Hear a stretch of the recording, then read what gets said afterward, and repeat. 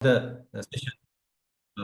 Steps in the research process. Now, I know that you have followed some research methodology courses and research methodology subject in the universities also. Uh, there are mainly four phases when it comes to the research process, right? The first phase is identifying the research problem. I think you have already studied that part under Dr. Rasika's session, and he has explained very nicely to you how to develop a research problem and the research questions, objectives, and hypothesis development. Therefore, that phase one you have already completed. And also after that, you have studied about literature review also under Professor Dayaratna. And those who have participated for these sessions, this will be very easy, right? If you study them step by step. Then when it comes to phase two, that's today's my session is belonging to phase two. Select and develop the research design. Now, the main task that you are having after this, after passing the phase one, is selecting a research design, whether it is quantitative or qualitative research design. And after that, you have to implement the research design. And finally, you are reporting your findings after analyzing it. Now, these are the steps or the phases of a research process. I think everyone can understand it. I will use sometimes even Sinhala for your understanding when I'm explaining some advanced concepts to you. Right. Right. Let's move to the qualitative research. Now, when it comes to qualitative research, it is something very artistic, very aesthetic for me, because I'm very fond of qualitative research. I feel like that. Normally, qualitative research involves analyzing non-numerical data. Now, what do you mean by non-numerical data? You are not getting numbers here in the qualitative research, right? Now, not like quantitative research, right? Now, if you are a researcher, you will try to understand the behavior of the human beings, perceptions, and the experiences of the human beings using non-numerical data rather than the numerical data in the qualitative research. Now, for example, it's very hard to identify the behavior of the experience or define the experience or behavior of a person from numerical values. Now, for example, if I ask from the students, how about the ragging experience in the universities? Nowadays, very, very common topic, nowadays, a very popular topic.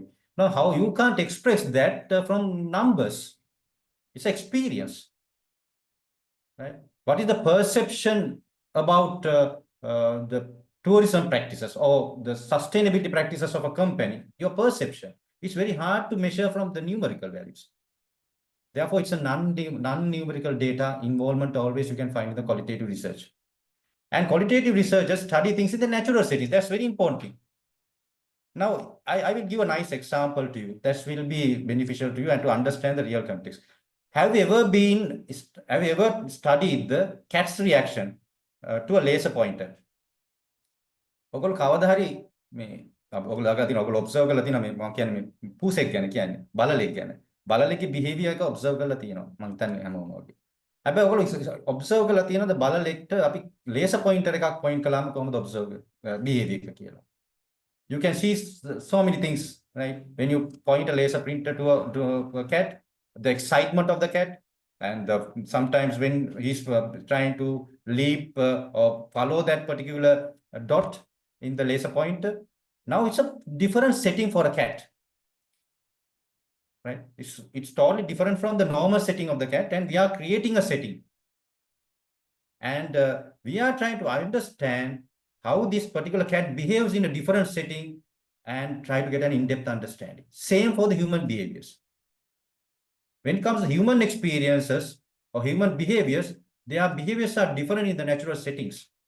Now, for example, if you take a child, right? අපි කුඩා ළමයෙක් ගත්තොත්. කුඩා ළමයෙක් අම්මයි තාත්තයි ඉන්නකොට ළඟ කොහොමද එයාගේ behavior එක? Right? අම්මා තාත්තා නැති තැනකදී එයාගේ behavior එක කොහොමද? Those are human experiences, right? Now, if you want to study about those things, the natural setting is very important, even for the animals as well as the human beings. The qualitative research, that's the most beautiful thing in the qualitative research, right? We are trying to understand the in-depth understanding about this particular phenomena in terms of the meanings people bring to them. That is according to Denzin and Lincoln, right? Now, qualitative research captures the richness. It's an in-depth understanding, not like quantitative, right? Quantitative research is very systematic, and in fact, you can say 1 + 1 is 2. That is very systematic. But in the qualitative research, you can't say like that. Your perception, your experience can be different from person to person. The way that you are looking at a problem or issue can be different from person to person. Therefore, it's very popular in humanities and social sciences, and education is even for the management nowadays is very popular in the management also, management discipline. Now, therefore, first of all, you have to understand qualitative research is involved in non-numerical data, right? Now, most of the students, when they are coming to meet me even, when I ask what is your research methodology, they are saying, sir, we are doing quantitative research or qualitative research, right? Now, but they are saying without knowing these things, because sometimes I will talk about those things later, what are the myths and misconceptions about this qualitative research among the students at the moment we are having. But when you are selecting your research methodology, how can you determine whether your research is a qualitative research or quantitative research? It depends on the nature of the phenomenon, or what do you want to know about the phenomenon, right? It depends on that, right? ඔයා තෝරගත්ත title එක research area එක interest area එක තමයි ඩිටර්මයින් කරන්න ඔයාගේ මෙතොලොජි එක ක්වොන්ටිටේටිව්ද ක්වොලිටේටිව්ද කියලා. ඔයාට කලින් ඩිටර්මයින් කරන්න බෑ ඒක. මම කරනවා ක්වොලිටේටිව් රිසර්ච් එක. මම කරනවා ක්වොන්ටිටේටිව් රිසර්ච් එක. එහෙම ඩිටර්මයින් කළා ටයිටල්ස් හොයාගෙන යනවා. ඊට වඩා ලේසි ක්‍රමය තමයි you have to understand your interest area. You have to find out some information or the gaps in that particular area. Based on the nature of the phenomena, you can decide whether it's more suitable methodology is qualitative or quantitative, especially if you are going to analyze an in-depth analysis of the human experience or beliefs or attitudes. The most important thing is the qualitative research rather than the quantitative, quantifying them. Again, quantitative research is often used to test hypotheses and identify patterns. I will come to that later a little bit. Then, however, qualitative research aims to produce detailed descriptions. That's very important, detailed descriptions.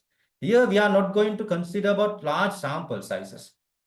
It can be a few sample sizes, few members even, few interviews even, or few direct conversations, but it provides thick descriptive analysis. We are going to analyze in detail. මේක අපි කියනවා පොඩි මේ analysis එක හරි detail analysis එකක්. කිසිම තැනක අපි කිසිම දෙයක් මිස් කරන්නේ නැහැ. Even the behaviors of the particular person, facial expression, body languages, everything we are trying to capture into our analysis. In the quantitative analysis, we are not going to do that, right? We are trying to find out something that is uncovered. That means අපිට පේන්නේ නැති දෙයක්. Human behaviors වල ඇතුලේ තියෙනවා. ඒවා අපි එළියට ගන්නවා මේ qualitative research හරහා. Uncover new insights about the phenomena being studied. So far, no one has studied about that. You are trying to uncover it. එළියට ගන්න හදනවා මේ ඇතුලේ තියෙන දෙයක්. මේ experiences වෙන්න පුළුවන්, attitudes වෙන්න පුළුවන්, perceptions වෙන්න පුළුවන්. Right? Now, qualitative researchers filter all observations and interpretations and analysis through their lens. Different lenses. Now, I am wearing my spectacles. My lenses may be different from your lenses.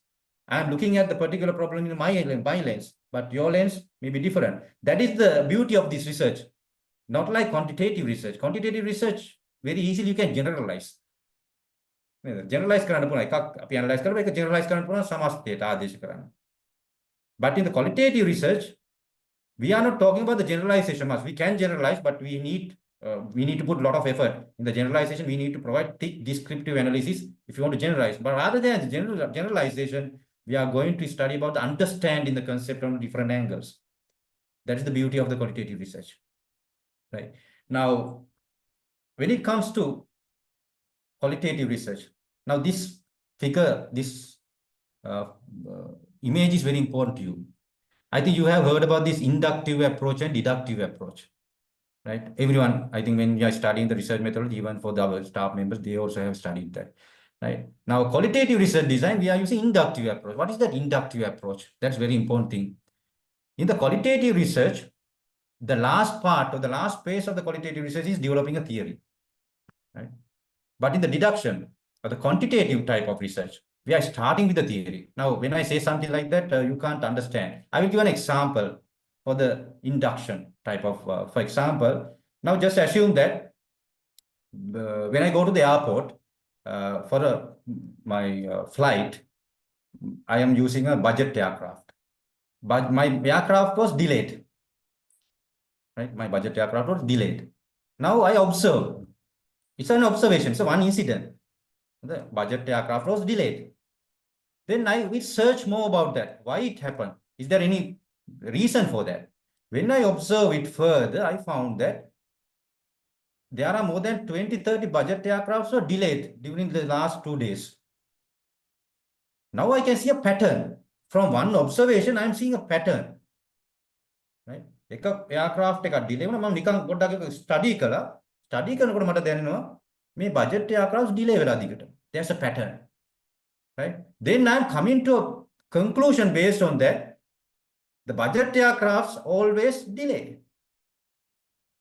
That's my conclusion. Or sometimes can be converted into a theory.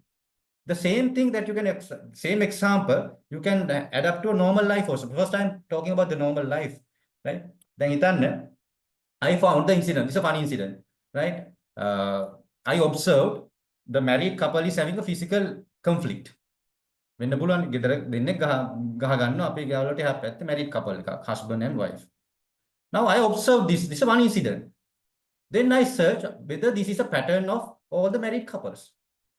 Then I found there are 40, 50 people I observed. I found at least there is a one time in their life, there is a conflict, physical conflict. Therefore, I am coming to a conclusion of theory, right? There is a conflict or the physical conflict among all the married couples when they are married. Sometimes we can go for the theory like domestic violence theory. We call it as domestic violence theory. Sometimes we call as intimate partner violence theories. Those theories were developed based on these things. Now, induction method, you do that. You are starting from the small scale for a one unit or one incident, and you identify the pattern and you expand the version. Then you are developing a theory, getting more information, adding more information to that particular pattern. ඕක තමයි අපි qualitative research වලදී කරන්නේ. අපි එක incident එකක් අරගෙන incident එක හරහා theory එකක් develop කිරීම දක්වා එක phenomenon එකක් අරගෙන එක theory එකක් develop කිරීම දක්වා අපි thick descriptive analysis එකක්. මේක විශාල වශයෙන් කරන thick analysis එකක්, බර analysis එකක්. මේක මම කිව්ව එක කිසිම දෙයක් අපිට miss වෙන්නේ නැහැ මේ analysis එකේදී. අපි හැමදේම observe කරනවා. Observe කරලා theory එකක් දක්වා develop කරනවා. But on the other hand, the deduction, right? When the qualitative researchers develop the theories, they use this theory, deductions, or the quantitative researchers. They follow the deductive approach. Quantitative research, what they do, when we develop the theory, they use the theory and they try to test the theory. And they challenge the theory sometimes or confirm the theory. That's what they do. Now, for example, the same example, if I take the same example that what I mentioned, that the low cost or the budget aircraft always delay, then that is the theory. I found that from the qualitative study. Budget aircraft හැම වෙලාවෙම delay වෙනවා. ඒක තමයි මගේ theory එක මම develop කරු මගේ observation හරහා induction එකේදී. ඒ theory එක ගන්න පුළුවන් quantitative research කෙනෙකුට. Budget aircrafts are always delays. Therefore, he develops hypothesis based on that. Those who are using the budget aircrafts are always getting delays. That's the hypothesis, right? Then that hypothesis will be tested. When the hypothesis tested, we found that there are 100 budget aircrafts, but out of them only 10 aircraft delayed. Now that theory was challenged in that case. Theory says budget aircrafts are always delays, but in the observations of the deduction method, they found that it is not like that. Then you can challenge the theory sometimes. Or we can accept the theory and or confirm the theory. Therefore, when you are selecting the quantitative or qualitative methodologies, you will find these research designs, inductive approach as well as deductive approach. In the inductive approach, most important thing is there is no existing theory. In the qualitative research, we are not developing, we are not starting with the theory. Final end may be the theory, but we are not starting with the theory. Therefore, theoretical gaps we are not going to identify because we are going to understand the phenomena, the natural setting, and we are trying to expand that through the thick descriptive analysis. And finally, maybe there will be a theory. But in the deduction, we are starting with the theory. You will find so many theories and adapting the theories to the concepts and testing the theories with your hypotheses and observations. That is the difference. So the student කෙනෙක් විදිහට ඔයගොල්ලෝ දැනගන්න ඕන දේ තමයි මේ දෙකේ තියෙන වෙනස. මේ approaches දෙකේ තියෙන වෙනස before coming to the qualitative or quantitative approach. Right. Right. This is a very simple framework. I briefly explain the difference because you have to know that before moving to the qualitative research designs. This will be further discussed later by the upcoming sessions. But I just wanted to explain a little bit about the difference only. Right. If you look at the objective wise, quantitative research is testifying the hypothesis and generalize the things we discuss. Right. Hypothesis develop karno, quantify karna, generalize karno, no context. But in the qualitative research, We are trying to get a deep understanding using the in-depth understanding and explore the context, right? That's what we are starting with the small scale and we are going for the larger scale expansion. And the data collection, if we come to the quantitative research, systematic and structured. That's why I mentioned 1 + 1, 2. Structured, systematic, always going with the quantitative data softwares or the analysis part. But in the data collection of the qualitative research, it's flexible. It's very flexible, and you can move or you can develop theories based on your perception. You can argue based on your perception. Sometimes it may be subjective, right? The angle or the lens that you're looking at a problem can be different, right? And it's open-ended. But in the data analysis, quantitative, statistically, we analyze. But in qualitative, we use, I think those things we will study later, content analysis and thematic analysis. Those are very famous nowadays among students. When they ask what is the analysis method, they are saying thematic analysis, but I know that they don't know exactly what is thematic or content analysis. That will be, we study, if you follow this program later, you will study it in detail. And the sample size, quantitative research, you need larger sample. You need a larger sample because you are going to generalize the things. But in the qualitative research, there's no conditions that sometimes even one interview can, if it is a very thick analysis, even one interview is enough to have an in-depth analysis. But your sample size may be varying. Right? May be varying, but normally the sample size is very small comparing to the quantitative research. And the results are structured and objective, as I mentioned. And the qualitative researchers, they are narrative and rich descriptions. They are providing a rich description, rich analysis, thick analysis about the case or about the occurrence. And generalizability, quantitative research, broad generalizability to the context, but qualitative in-depth exploration of the phenomena only. And the emphasis, quantitative research, objectivity emphasizes, and qualitative research acknowledge subjectivity. Right? Subjectivity කියන එක සහ objectivity කියන බොහොම තර්කානුකූල වෙන්න පුළුවන්, logical වෙන්න පුළුවන් වාගේ statistical analysis එක හරහා කරන නිසා. ඒක නිසා quantitative research වල ඒ සම්බන්ධයෙන් තියෙන වැඩි බරක් objectivity කියන එකට. But qualitative research වල rationality එකට වඩා subjectivity influence කරන අවස්ථා තියෙන්න පුළුවන් because of the human behaviors we are going to explain and analyze. Right. Now these are the simple differences that I just wanted to share with you before coming to the main part. Then you will have an understanding what is the difference between quantitative or qualitative, right? Right. When you're selecting your research methodology, think about the phenomena, whether that phenomena is expecting a qualitative or quantitative research. Otherwise, don't go for the qualitative research if it is not expected. Because I found, this is a real example. I found there are some studies done by the students. They have done it qualitative studies, but I felt that because according to the phenomena, it could have been done in quantitative way better than the qualitative way. Sometimes there are quantitative research කරන්න අය ඉන්නවා. qualitative research එකෙන් හොඳට කරන්න පුළුවන් එක quantitative පැත්තට. හොඳට හඳුනා ගන්න nature of the phenomena, nature of the issue. ඒක අනුව තමයි ඔයාගේ research methodology එක තීරණය වෙන්නේ. එහෙම නැත්නම් කලින් in advance තීරණය කරන්න යන්න එපා මම quantitative ද මම qualitative ද කියලා. Because there are supervisors you to guide whether it is quantitative or qualitative when you're selecting. Yes, because you are studying research methodology. Under that, you study both methods. Right. Then we'll come to the research design. What do you mean by design?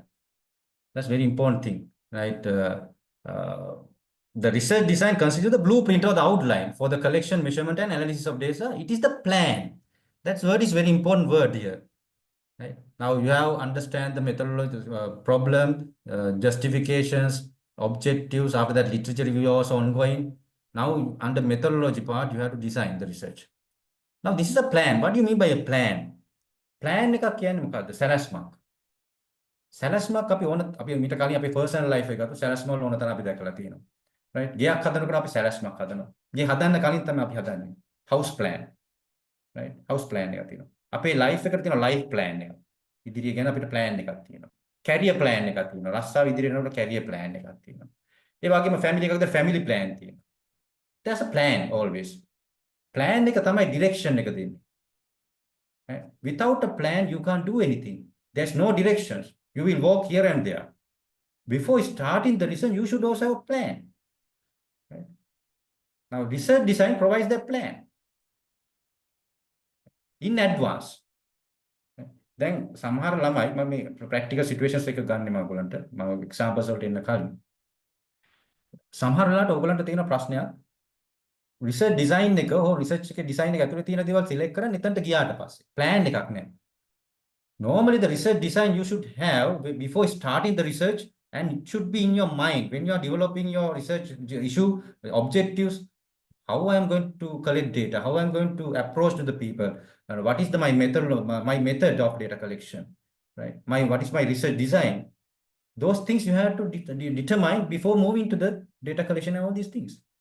The සමහර ළමයි ඔක්කොම හොඳට කරලා problem එක ලස්සනට justify කරගෙන research ඉෂුව එක ඔක්කොම ජස්ටිෆයි කරගෙන ඇවිල්ලා බලනකොට data collect කරන්න විදියක් නැහැ. Sometimes you can't approach to the people or the respondents that you want. Practical issues තියෙන්න පුළුවන්. Right? එහෙම අවස්ථා තියෙනවා. Population එක හරියට define කරගන්න බැරි අවස්ථා තියෙනවා. Right? Data එක analyze කරනකොට analytical issues තියෙනවා. ඔයා කලින් ඔය ගැන හිතුවා නම් it is easy to solve these things. But then පරක්කු වැඩි සමහරට පළවෙනි chapter එක ලියලා දෙවෙනි chapter එකේ භාගයක් කරාට පස්සේ තුන්වෙනි chapter එක ගියාට පස්සේ මේක කරගන්න බෑ. Then again you have to go back sometimes. Right? Therefore when you are designing something, when you are planning something, from beginning itself, you have to do that.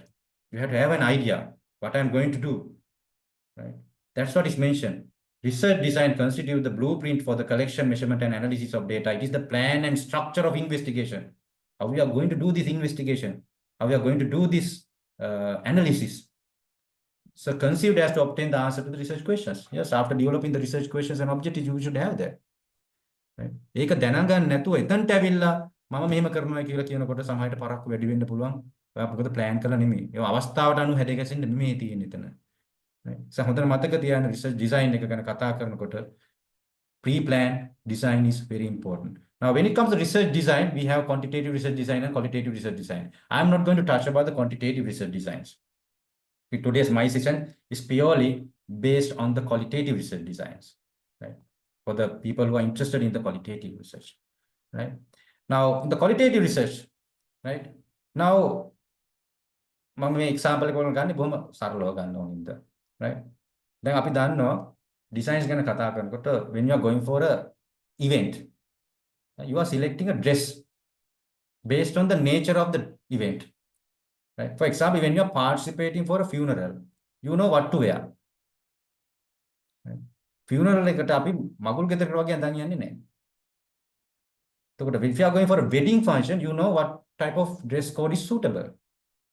When you are going for a night function, you know what type of dress is suitable. When you are going for a job, you know that what is the dress code of that particular job. Right? And when you are staying at home, what is the dress code that you are wearing? Right? According to the phenomenon, according to the situation, according to the nature of the context, you are determining the dress code. The same like here. The research designs also some kind of a dress code. Based on the nature of the research context or the problem or the phenomena, you are designing the research design. What kind of design is very suitable to my problem, my issue, or my context.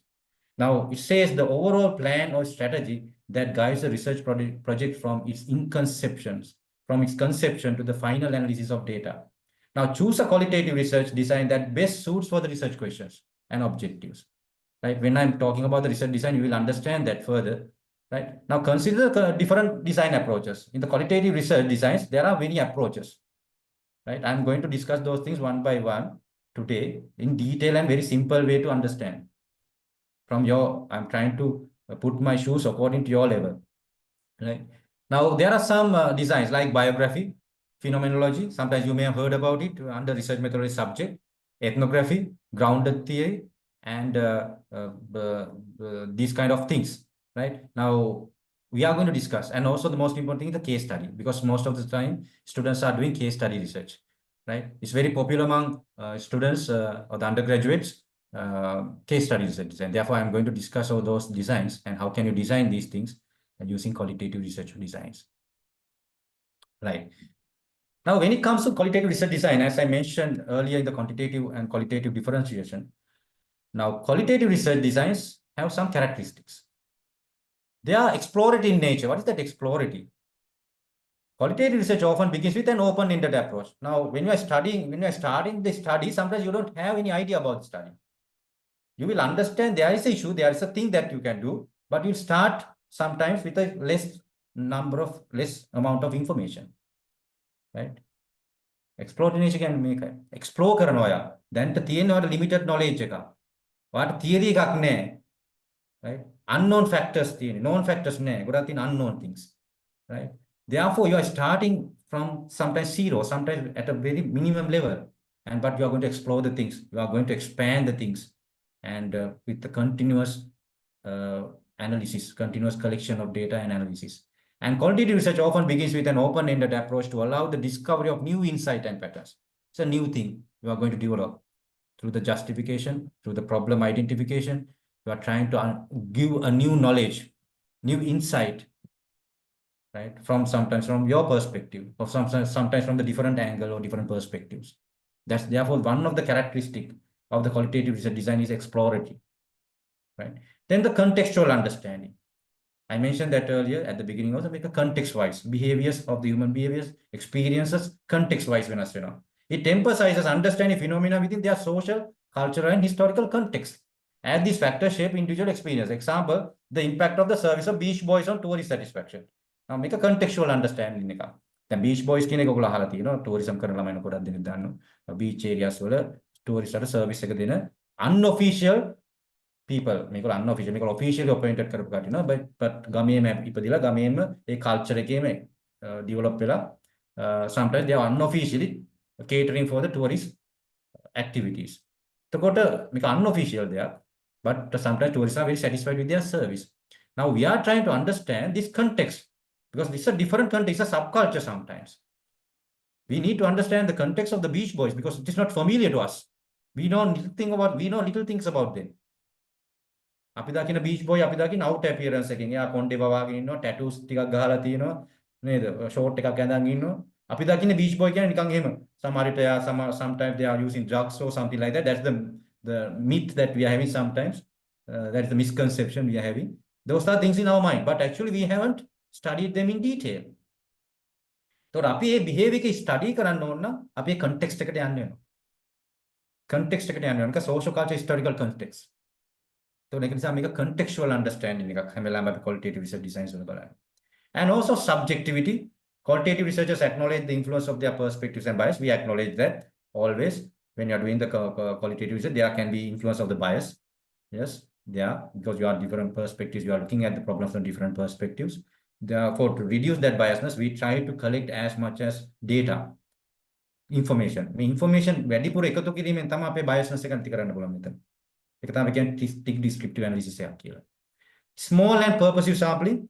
Yes, most of the time purposive sampling, small sampling, that's one characteristic. Rather than aiming for large representative samples, qualitative research often involves selecting participants who can provide. ඉතින් මේක නිසා සමහරට students are having a misconceptions. ඒගොල්ලෝ හිතනවා sample එක අඩු නිසා මේ අපිට interview 10ක් විතර කළාම අපේ research එක ඉවරයි. දැන් ගොඩක් දෙනාට අපේ undergraduates හිතන දේ. Right? ඒක සම්පූර්ණයෙන්ම වැරදි. Right? ඒගොල්ලෝ හිතනවා සමහරට qualitative research are very easier than quantitative. There is no something like that. Which methodology is easy? ඔය methodology දෙකම easy නෑ. easy වෙන්නත් පුළුවන් easy නැති වෙන්නත්. මේකට වඩා මේක easy ද මේකට වඩා මේක difficult ද කියන එකක් නෑ. Quantitative ඔයා interest වෙලා subject area එක ඒක හඳුනාගෙන quantitative research එකක් කරනවා නම් interest එක මත ඔයාට ඒක හරි easy වෙයි. Qualitative උත් එහෙමයි. ඔයා දෙකටම interest නැත්නම් research එකේ ඔයාට easy වෙන්නේ නෑ. ඒ වගේම ඔයාගේ effort එක put කරන්න නැතුව මේක immerse වෙන්නේ නැතුව research එක ඇතුළට බහින්න නැතුව පාට research එක කළොත් ඒක කොහොමද difficult වෙනවා. ඒ නිසා මේක කොයි එකද difficult කොයි එකද easy කියන එකක් එහෙම එකක් නැහැ. කොයි methodology එකෙත් you have to do a lot of things. Yeah, a lot of things to find the final result. Then the small and purposive sampling, that's what I mentioned. And in-depth data collection. Researchers spend considerable time with participants. Now that's very interesting. Not like giving a survey, questionnaire survey. Questionnaire survey, you can fill it from the online, you can go to the person and just fill it, and you can keep the surveys somewhere else and ask the people to fill it later, and through emails you can fill it. But here you can't do you can't do that. You have to go to the field and you have to stay for a longer period, considerable time. Right? So for example, if you are going to observe something, You have to stay sometimes from morning to evening and observing things. Sometimes when you're going for the in-depth interviews, you have to do a 1.5 hours, 2 hour interview in detail analysis, right? That's the nature. And also, if you are going for the document analysis, you have to collect so many documents and analysis the documents or the web content analysis. Therefore, the time consuming is very high in this case, right? That's why I mentioned, even though you are doing sometimes maybe 10 interviews, doing those 10 interviews in an in-depth way, in descriptive way is not very easy, right? It's not very easy, right? So මේකේ තියෙනවා මේ characteristics ටික. The qualitative research වලට එන කට්ටිය මේකට ලෑස්ති වෙන්න ඕනේ. right? මේ තියෙන challenge එක. මේක සමහරවිට challenge එක. ඔයගොල්ලෝ field එකට ගිහිල්ලා වැඩි කාලයක් ඉන්න ඕනේ මේක ඇත්ත ස්වරූපේ study කරන්න. Right. Right. When it comes to the research design process, these are the steps. Right? These are the steps. And this first step 1, you have already studied. Identify the research questions. The qualitative research design first step you have already studied in the previous sessions. Now today we are going to discuss about the determine the research approach and develop a research plan, select participants and collect data a little bit, and other parts you will study later sessions. Right? Now we are starting with the determine the research approach and the design. Right.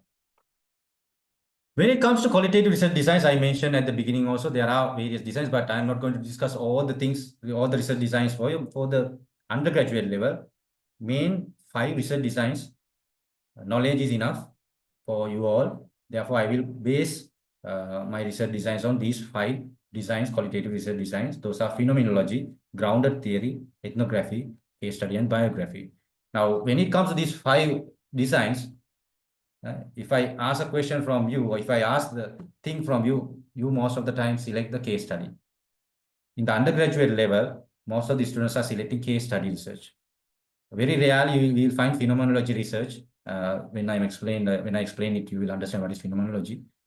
Other than that, grounded theory and ethnography type of research, very rarely you will find in the undergraduate. In the master level also, sometimes you may find the grounded theory research. In the PhD level, definitely you will find more grounded theory, phenomenological research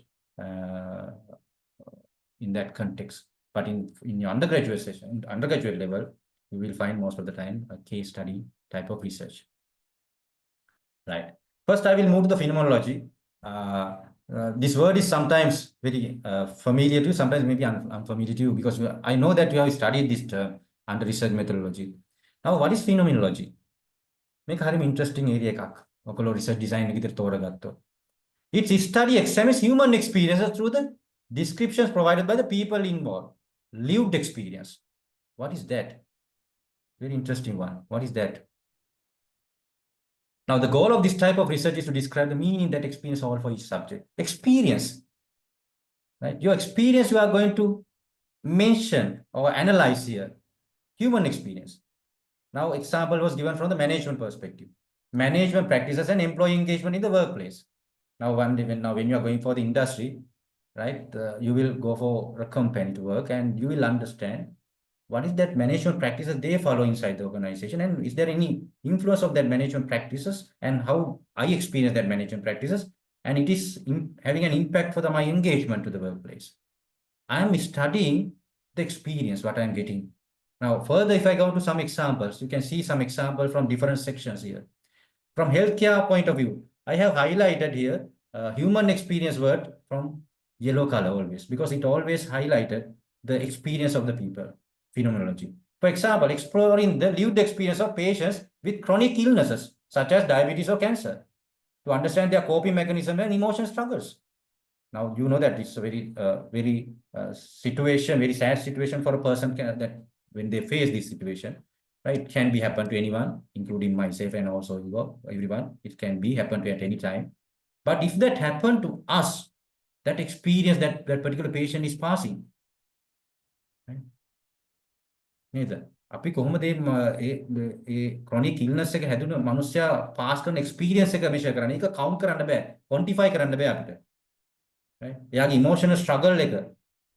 right? එයා cope වෙන්නේ කොහොමද? එයාගේ family life, sometimes the career life, their colleagues, their family members, their mindset, emotional struggle.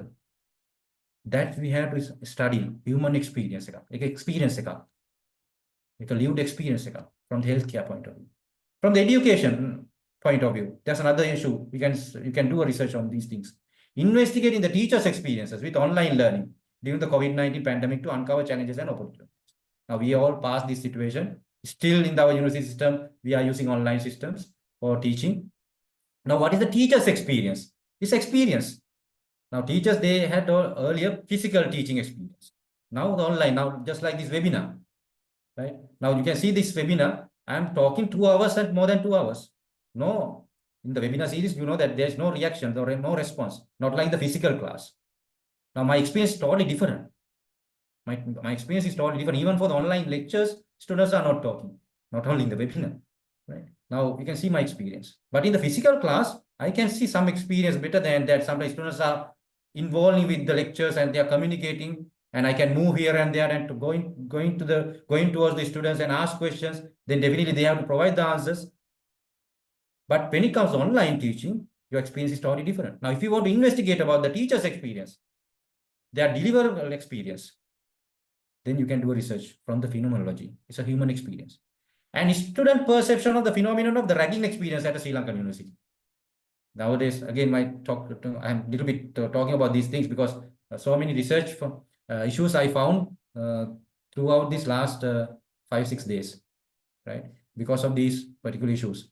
Now, students' perception. Now, what is your perception about the ragging experience, right? Now, if you have faced that ragging experience in the universities, I don't know whether ragging is available or not, right?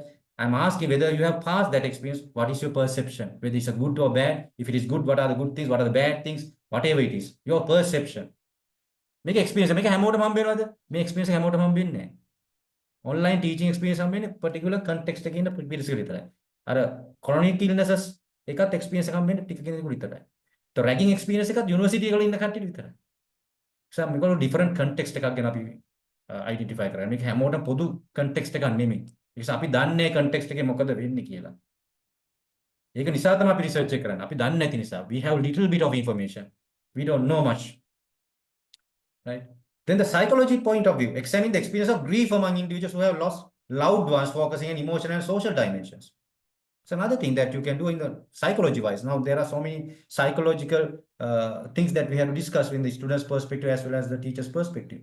Right? Experience of grief among individuals. ආදරය කරන කෙනෙක් වාර නැතිවීමෙන් පසු ඇති වෙන කම්පනය grief එක.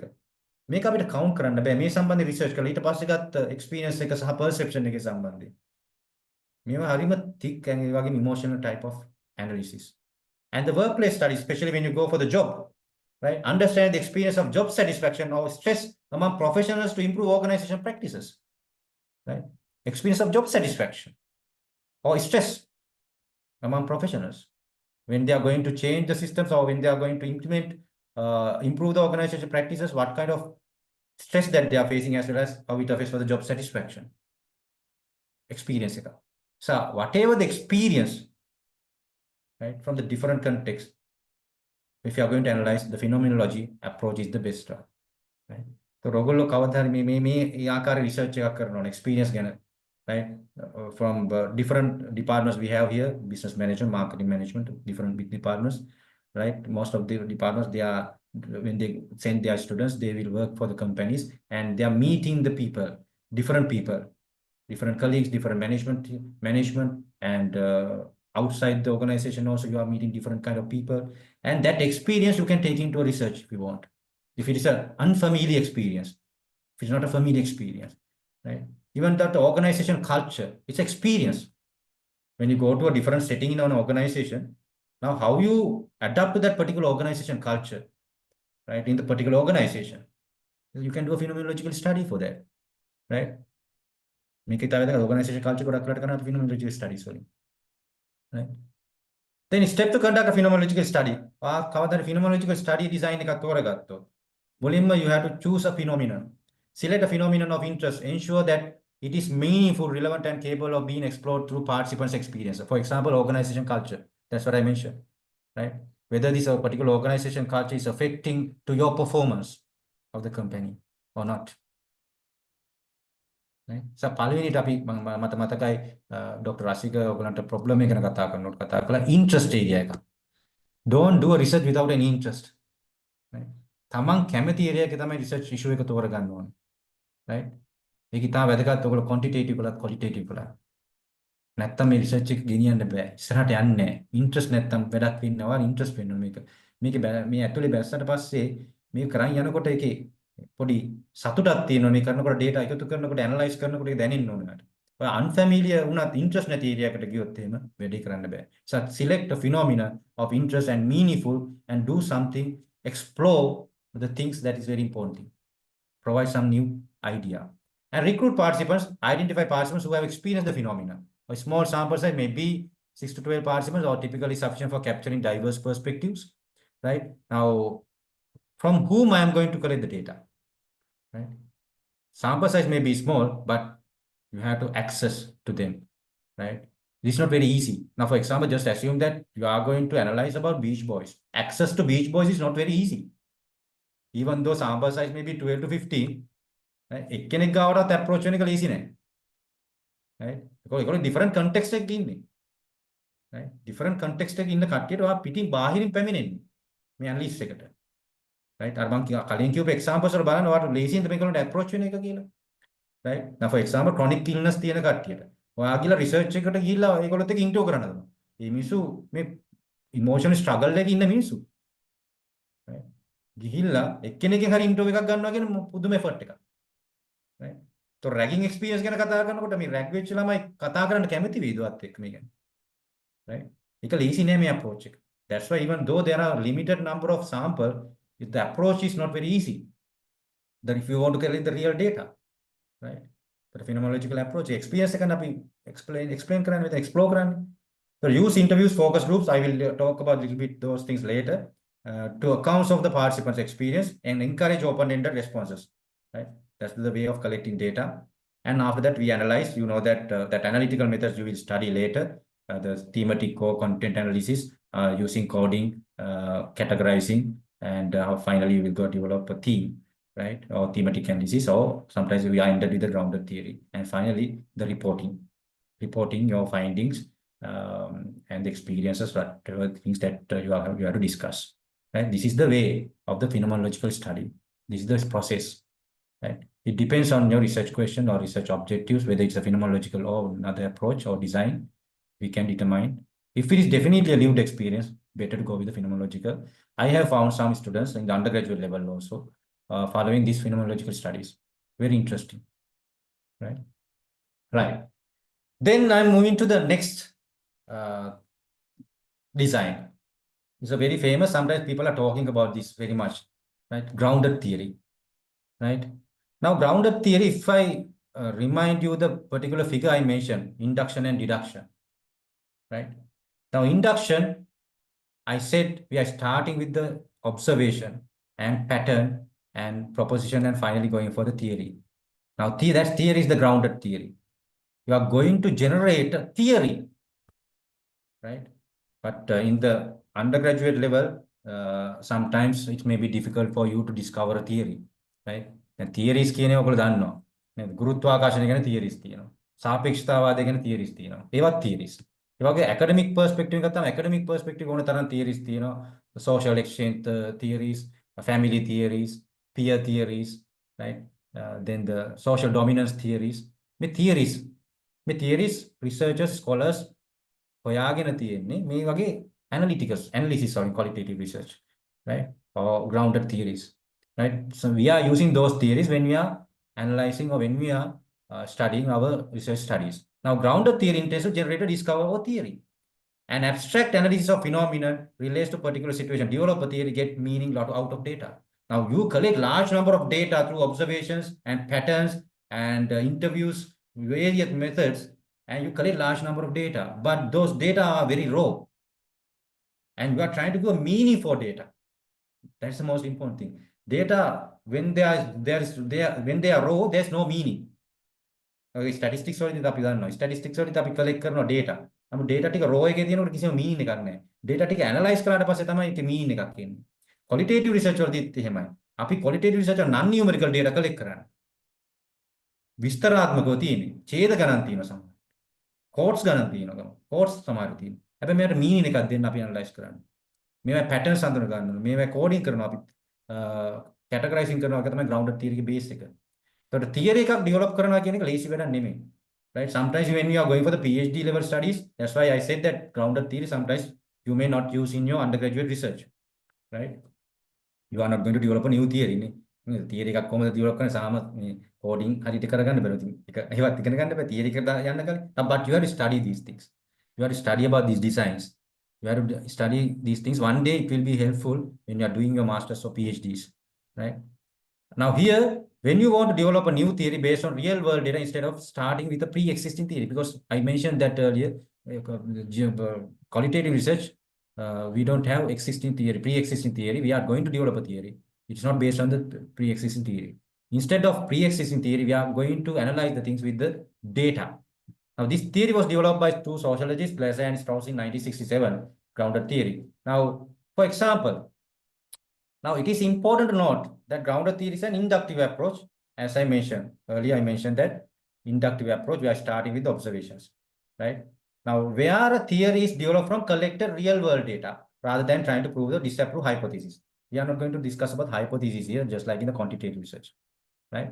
Qualitative research design focus on real life experience, and based on that, based on observations and the patterns, ultimately we are going to solve that puzzle, right? And we are starting without knowing the final image. That means we are blindly starting. When we are starting the research, we are blind sometimes. With a small phenomenon, we are just starting. But sometimes at the end of the research, you are coming up with a big picture, big image, right? Starting from small scale to large scale in the grounded theory. And that works best when existing theories are either insufficient. Now, ඔයගොල්ලෝ කියනවා sir theories නැහැ. අපි කියනවා sir theory තිබුත් මේකට ගැලපෙන theories නැහැ. ඒ කියන්නේ insufficient theories, right? Or non-existent theories for the topic that you develop or the title. Then the best way is grounded theory. Go for the grounded theory or qualitative research, and you can go develop a theory later, but at least you can start the issue with or analyze the issue with the qualitative way if the sufficient theories are not existing. Right. Now, the most important thing in the grounded theory, it's a continuously evolving process, right? The data collection is longitudinal sometimes. It's not a snapshot data collection. එකපාර data collection එක ඉවර කරන්නේ නැහැ. quantitative research වල එහෙම වෙන්න පුළුවන්. ඔයාලට sample size එක 100 නම් ඔයා දුන්න questionnaire service ටික 100 එකතු කරගත්තා. That's not ඉවරයි. හැබැයි මේක එහෙම එකක් නැහැ. ඔයා interviews කරන interviews 10ක් කරාට පස්සේ තව ටිකක් ඒක analyze කරාට පස්සේ තව අලුත් දේවල් මතුවෙන්න පුළුවන්. ආයි interview එක කරන්න යනවා. ඒ ටික analyze කරනකොට ආයි තව අලුත් දේවල් එන්න පුළුවන්. ආයි තව further analysis. now ඔකට තමයි අපි කියන්නේ saturation කියලා. ඔයගොල්ලෝ ගොඩක් වෙලාවට qualitative research වලදී කියනවා sample size will be determined by the saturation. Right? ඔයගොල්ලෝ කියන්නේ එහෙමනේ. අපි කැමෝම කියන්නේ saturation. Saturation එක කියන්නේ ඕක තමයි. Data until theoretical saturation is reached or new insights can be gained. අලුතෙන් දේවල් එන්නේ new insights එන්නේ නැති වෙනකන් ඔය interviews කරන් යනවා. The most important thing, parallel you are doing the analysis also. interviews 5ක් හෝ 10ක් ගන්නවා, analyze කරනකොට ඒක ඇතුලෙන් අලුත් themes එනවා, අලුත් concepts එනවා. අපි ඒ concepts ටිකත් එක ආය යනවා ඉස්සරහට. ආයි තව interviews ටිකක් කරන් යනකොට ඒ ඇතුලෙන් තව දේවල් එනවා. Right? අපි ආයි ඉස්සරහට යන්න ඕන until the saturation. That's why I said even though the sample size is small, but it can be varied from one interview to 50 to 100 interviews even. Right? Saturation එක වෙනකන් යන්න වෙනවා grounded theories වල. Large number of data you have to collect. ඔකට අපි කියනවා theoretical sampling කියලා. Right? To help the researcher to best form theory based on the emerging findings of the study or the initial data collection, emerging categories, again select the area to collect data. For example, අපි හිතමු study එකක් කරන hospital එකක් ගැන. Now you are collecting data about from the doctors and nurses, right? And the patients. But when you are interviewing the doctors, nurses, and patients, sometimes some themes will emerge. You have to interview some people in the administration. Sometimes your research may deviate for some other areas also. From the themes emerge from the interviews. So අපිට කියන්න බෑ grounded theory එක expand වෙන ප්‍රමාණය. Theory එකක් කියන්නේ මම කියක large scale, scope is large. It's not narrow. මේ theory එකට අවශ්‍ය කරන හැම දෙයක්ම අපි grounded theory එකේදී අපි හොයා ගන්නවා මේ emerging themes හරහා. Emerging categories හරහා. Right? So gain popularity in sociology, nursing, education, other social science fields, even in the management field, grounded theory is very popular. Some examples I have mentioned here. Look at this example, right? Construction of the meaning of domestic violence. This is a very, very important one. I mentioned that earlier also, this term. there was a research done by our Sri Lankan scholars about the domestic violence. If you go there, analysis එකේ දෙයගොල්ලෝ මේකට theory, domestic violence theory or meaning එකක්. මේක මොකක්ද ඇත්තටම domestic violence කියන්නේ? From one observation patterns, they develop the meaning or the definition. Because මේක definitions වෙනස් සමහර විට. Some context or definition වෙනස්. Meaning එක වෙනස්. But we need a real meaning from our context. What is actually domestic? Because we know that in the Sri Lankan context or the South Asian context, male domination is very high. Right? Male domination එක. මේ අපි දන්න පුරුෂයන් dominate කරන එක family එක. ඉතින් ඒකත් එක්ක මේ violence කියන එක, domestic violence කියන එක සම්බන්ධයෙන් වෙන රටවල් වල European context එකට වඩා වෙනස්. ඒතර අපි construct කරන meaning එකක්, theory එකක් develop කරනවා. මේක අපේ context එකත් එක්ක බලලා that can be applicable to everyone. Right? In this case, you have to interview so many people who are involved in this domestic violence or who face that experience. Right? Then the grounded theory analysis of all data and information technology. It's another theory. Right? You can see, අපි දන්නවා වයසක පුද්ගලයෝ ඒකවල තාම information එක technology savvy කට්ටිය නෙමෙයි ගොඩක් වෙලාට because they are belong to a different generation. But when we are analyzing, they are all data and information technology usage. Right? We have observed when they are utilizing these things, the difficulties that they are facing. Because of that, what are the challenges they are having? Now, based on that, you do the analysis. Using these old adults and interviewing them or observing them, how they handle this new technology. Right? Then another example, victimizing of school, university bullying. School or university is happening. Bullying කියන එක ඔයගොල්ලෝ දන්නවා. මේක universities වලත් තියෙන දෙයක්. Right? මේගොල්ලෝ victimize වෙනවා. bully කරනකොට ළමයිට ඒගොල්ලන්ගේ stress level සහ ඒගොල්ලන්ගේ psychologically it is badly affecting ඒගොල්ලන්ට පෞරුෂයට බලපානවා. මේකත් එක්ක අපිට study එකක් තියෙනවා කරන්න. මේක සම්බන්ධයෙන් theories නෑ. අපිට existing theories නෑ. අපි මේක හදාගෙන යනවා. theory එකක් හදන්න ඕනේ කියලා එකක් නෑ. But we are going towards the theory. Ultimately, we will be able to go for a conclusion or a theory. It's up to the in-depth of the analysis. Right? Therefore, grounded theory, normally we do for something that is very unknown to us and the less information to us. There's no existing theory for that. Therefore, we do that analysis and try to identify the observations and the patterns and propositions. Through that, we are going for theory. And in that case, you will use content analysis or thematic analysis. And from the thematic analysis, later you can go for the grounded theory. But our context, in the undergraduate level, you are not going for the grounded theory. You will stop sometimes at the thematic analysis level. Going beyond the thematic themes analysis, it is essential for a grounded theory analysis. Right. Right. Some example further. Right. Now, for example, you can see a grounded theory exploration of the first visit to a cancer clinic strategies for achieving acceptance. Now, the king. Right, I'm talking about that chronic illness. This is according to Jacobson and Horvath in the 2005. Right now, one day if you go to a cancer clinic or cancer hospital, what is your acceptance? Right, strategies for achieving acceptance. And make අපිට අපිට quantify කරන්න බෑ. මේක explore කරන්න තියෙන්නේ. අපි ගියාම තමයි අපි shock වෙන්නේ සමහරවිට. මේ තැන් වලට අපි ගිහිලා නැහැ තාම. ඒතකොට අපි මේ shocking experience එක. Right? මේ acceptance experience එක අපි දන්නේ නැති context වලට ගියාට පස්සේ මේක develop කරන්න පුළුවන් අපිට conclusion එකට එන්න පුළුවන් මොකක්ද අපි දැනෙන experience එක. තව එකක් example එකක් study on constructions of survival and coping by women who have survived childhood sexual abuse. That's a very famous research done by Smith in 1995. Right? But survival and coping by women. ඒ කියන්නේ කුඩා කාලයේදී ලිංගික අපචාරයකට මුහුණ දුන්නු ගැහැණු ළමයි right කොහොමද පසු කාලීනව survive වෙන්නේ සමාජයේ right මේකට ඉන්වෙස්ටිගේට් කරන්න පුළුවන් අපිට මේක සම්බන්ධයෙන් ඇනලයිස් කරලා personal constructs of survival and coping මේකට කියනවා survival and coping theory එක මේ පසු කාලීන හැදුවා survival and coping theory in the society කියලා මේක බේස් කරා right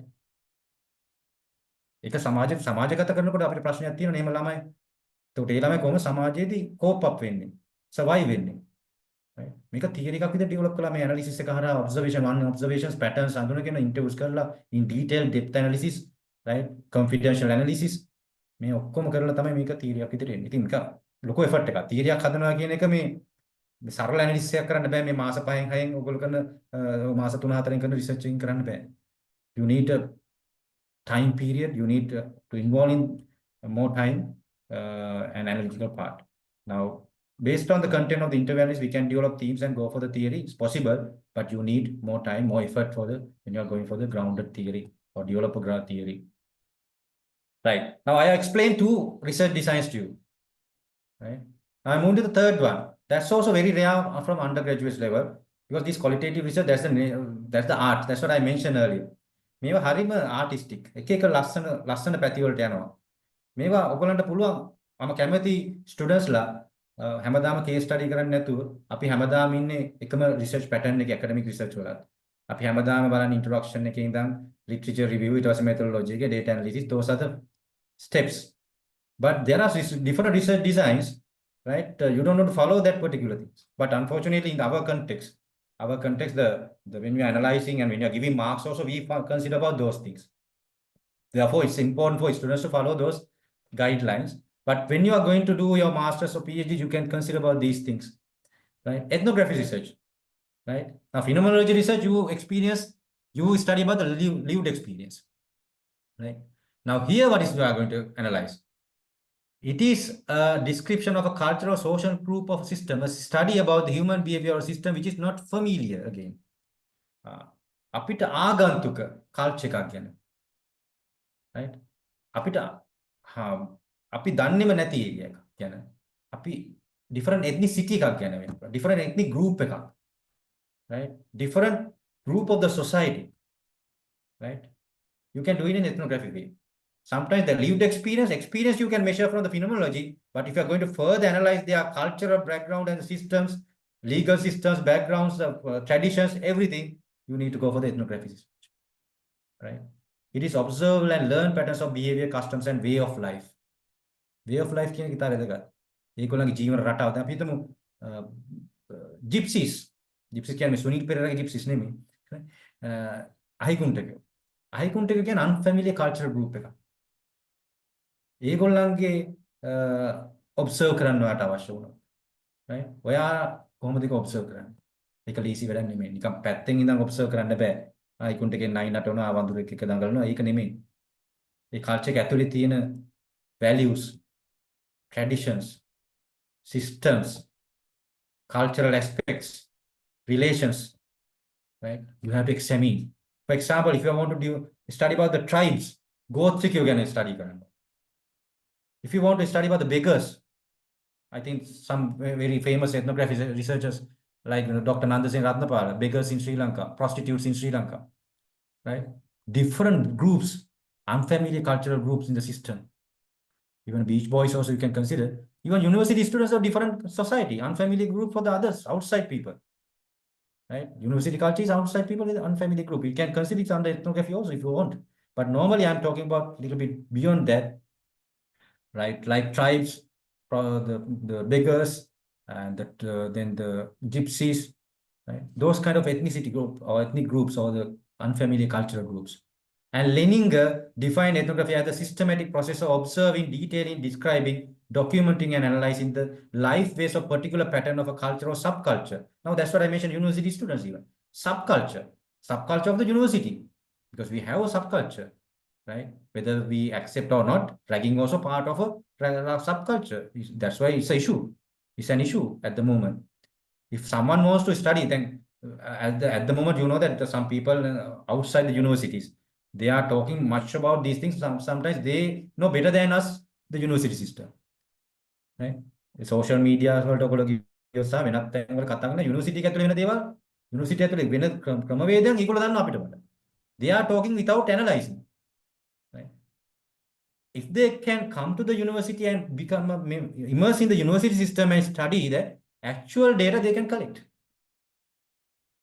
Otherwise, from the outside, when you observe the things, from whatever the things that media says or the social media says, and you accept that and you are trying to promote it, that is not always acceptable. Then make it in a විශේෂත්වය තමයි, you will immerse here. Immerse කියන්නේ මොකද්ද? You will become sometimes a member of this community, right? මේ ethnography කරනකොට ඒකේ තියෙන අලංකාරය කිව්ව එකයි මම. ඒක ඉතින් අලංකාරයේ ඒකම තමයි. දැන් ඔයගොල්ලෝ වැද්දා ගැන ස්ටඩි එක කරනවා සමහරවිට වැද්දෙක් විදියට ඔයා කමියුනිටි එකට ජොයින් වෙන්න. Then only you can observe the things and then all the cultural groups, systems, everything. Otherwise, එළියේ ඉඳන් කරන එකේ රිසර්ච් එකේ ethnography නෙමෙයි. ඒක ලයිව් එක්ස්පීරියන්ස් එක phenomenological type එකට ආර කරන්න පුළුවන් වෙයි. But ethnography වලදී එහෙම බෑ. You have to immerse in the system. As a process, ethnography involves prolonged observation of the group, typically through participant observation, in which the research is immersed, involves living with the people and becoming part of their culture. මේක තමයි ඒකේ තියෙන beauty එක. දැන් ඔයාලට tribes ගැන study එකක් කරන්න ඕන නම් කවදාවත් tribes ඔයාලට information දෙන්නේ නැහැ. ගෝත්‍රිකයෝ ටිකක් ඔයා ඇවිල්ලා interview කරන්න ගියොත් එහෙම මේ මම research එකක් කරනවා මට interview එකක් කරන්න ඕනේ කිව්වොත් එහෙම ගහලෙල ඔයාලට. දැන් prostitute කෙනෙක් ගාවට ගිහලා interview එකක් කරන්න ඕනේ මට දෙනවද කිව්වොත් ගහලෙල. beach boy කෙනෙක් ගාවට ගියොත් තමයි ගහලෙල. Hey, they don't like to share their internal cultural aspects or internal practices with you. These are hidden. But if you want to study about that, only thing that you have to show at least, you don't want to become an actual person there, but you have to become a member at least for some period and show that you are also a member. Then මේක ලෝකෙක research කරලා තියෙනවා ethnography සම්බන්ධයෙන් ගොඩක් scholars ලා, the American researchers ලා ඉන්නවා. They did some research about the tribes, like our වැද්දා in the indigenous people.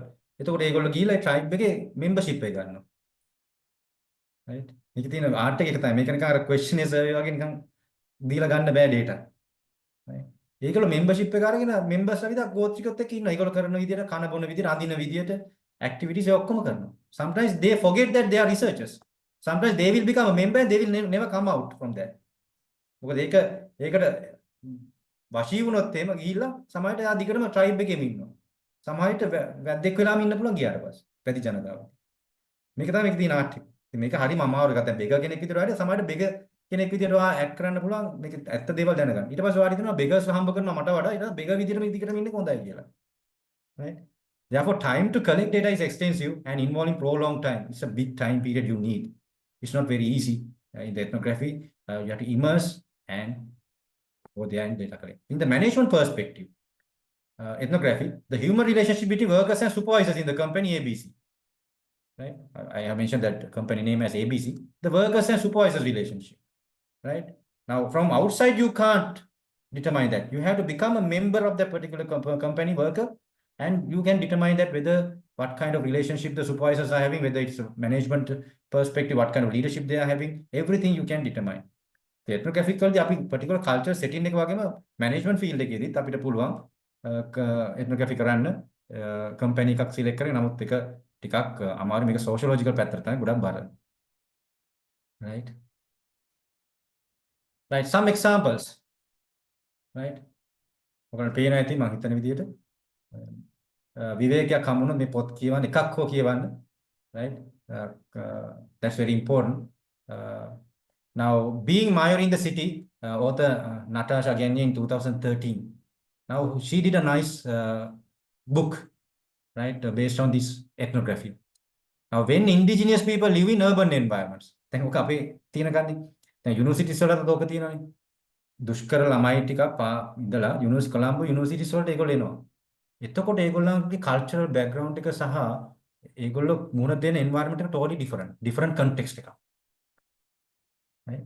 A context එකේදී ඒගොල්ලන්ට මුහුණ දෙන දේවල් පිළිබඳව study එකක් කරන්න පුළුවන්.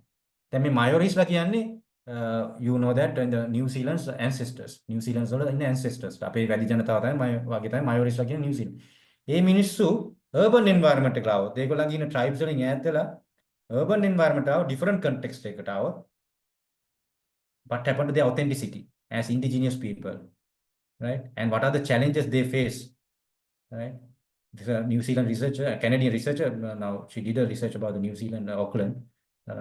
When the Maoris are moving to the Auckland, what is the experience that they are getting?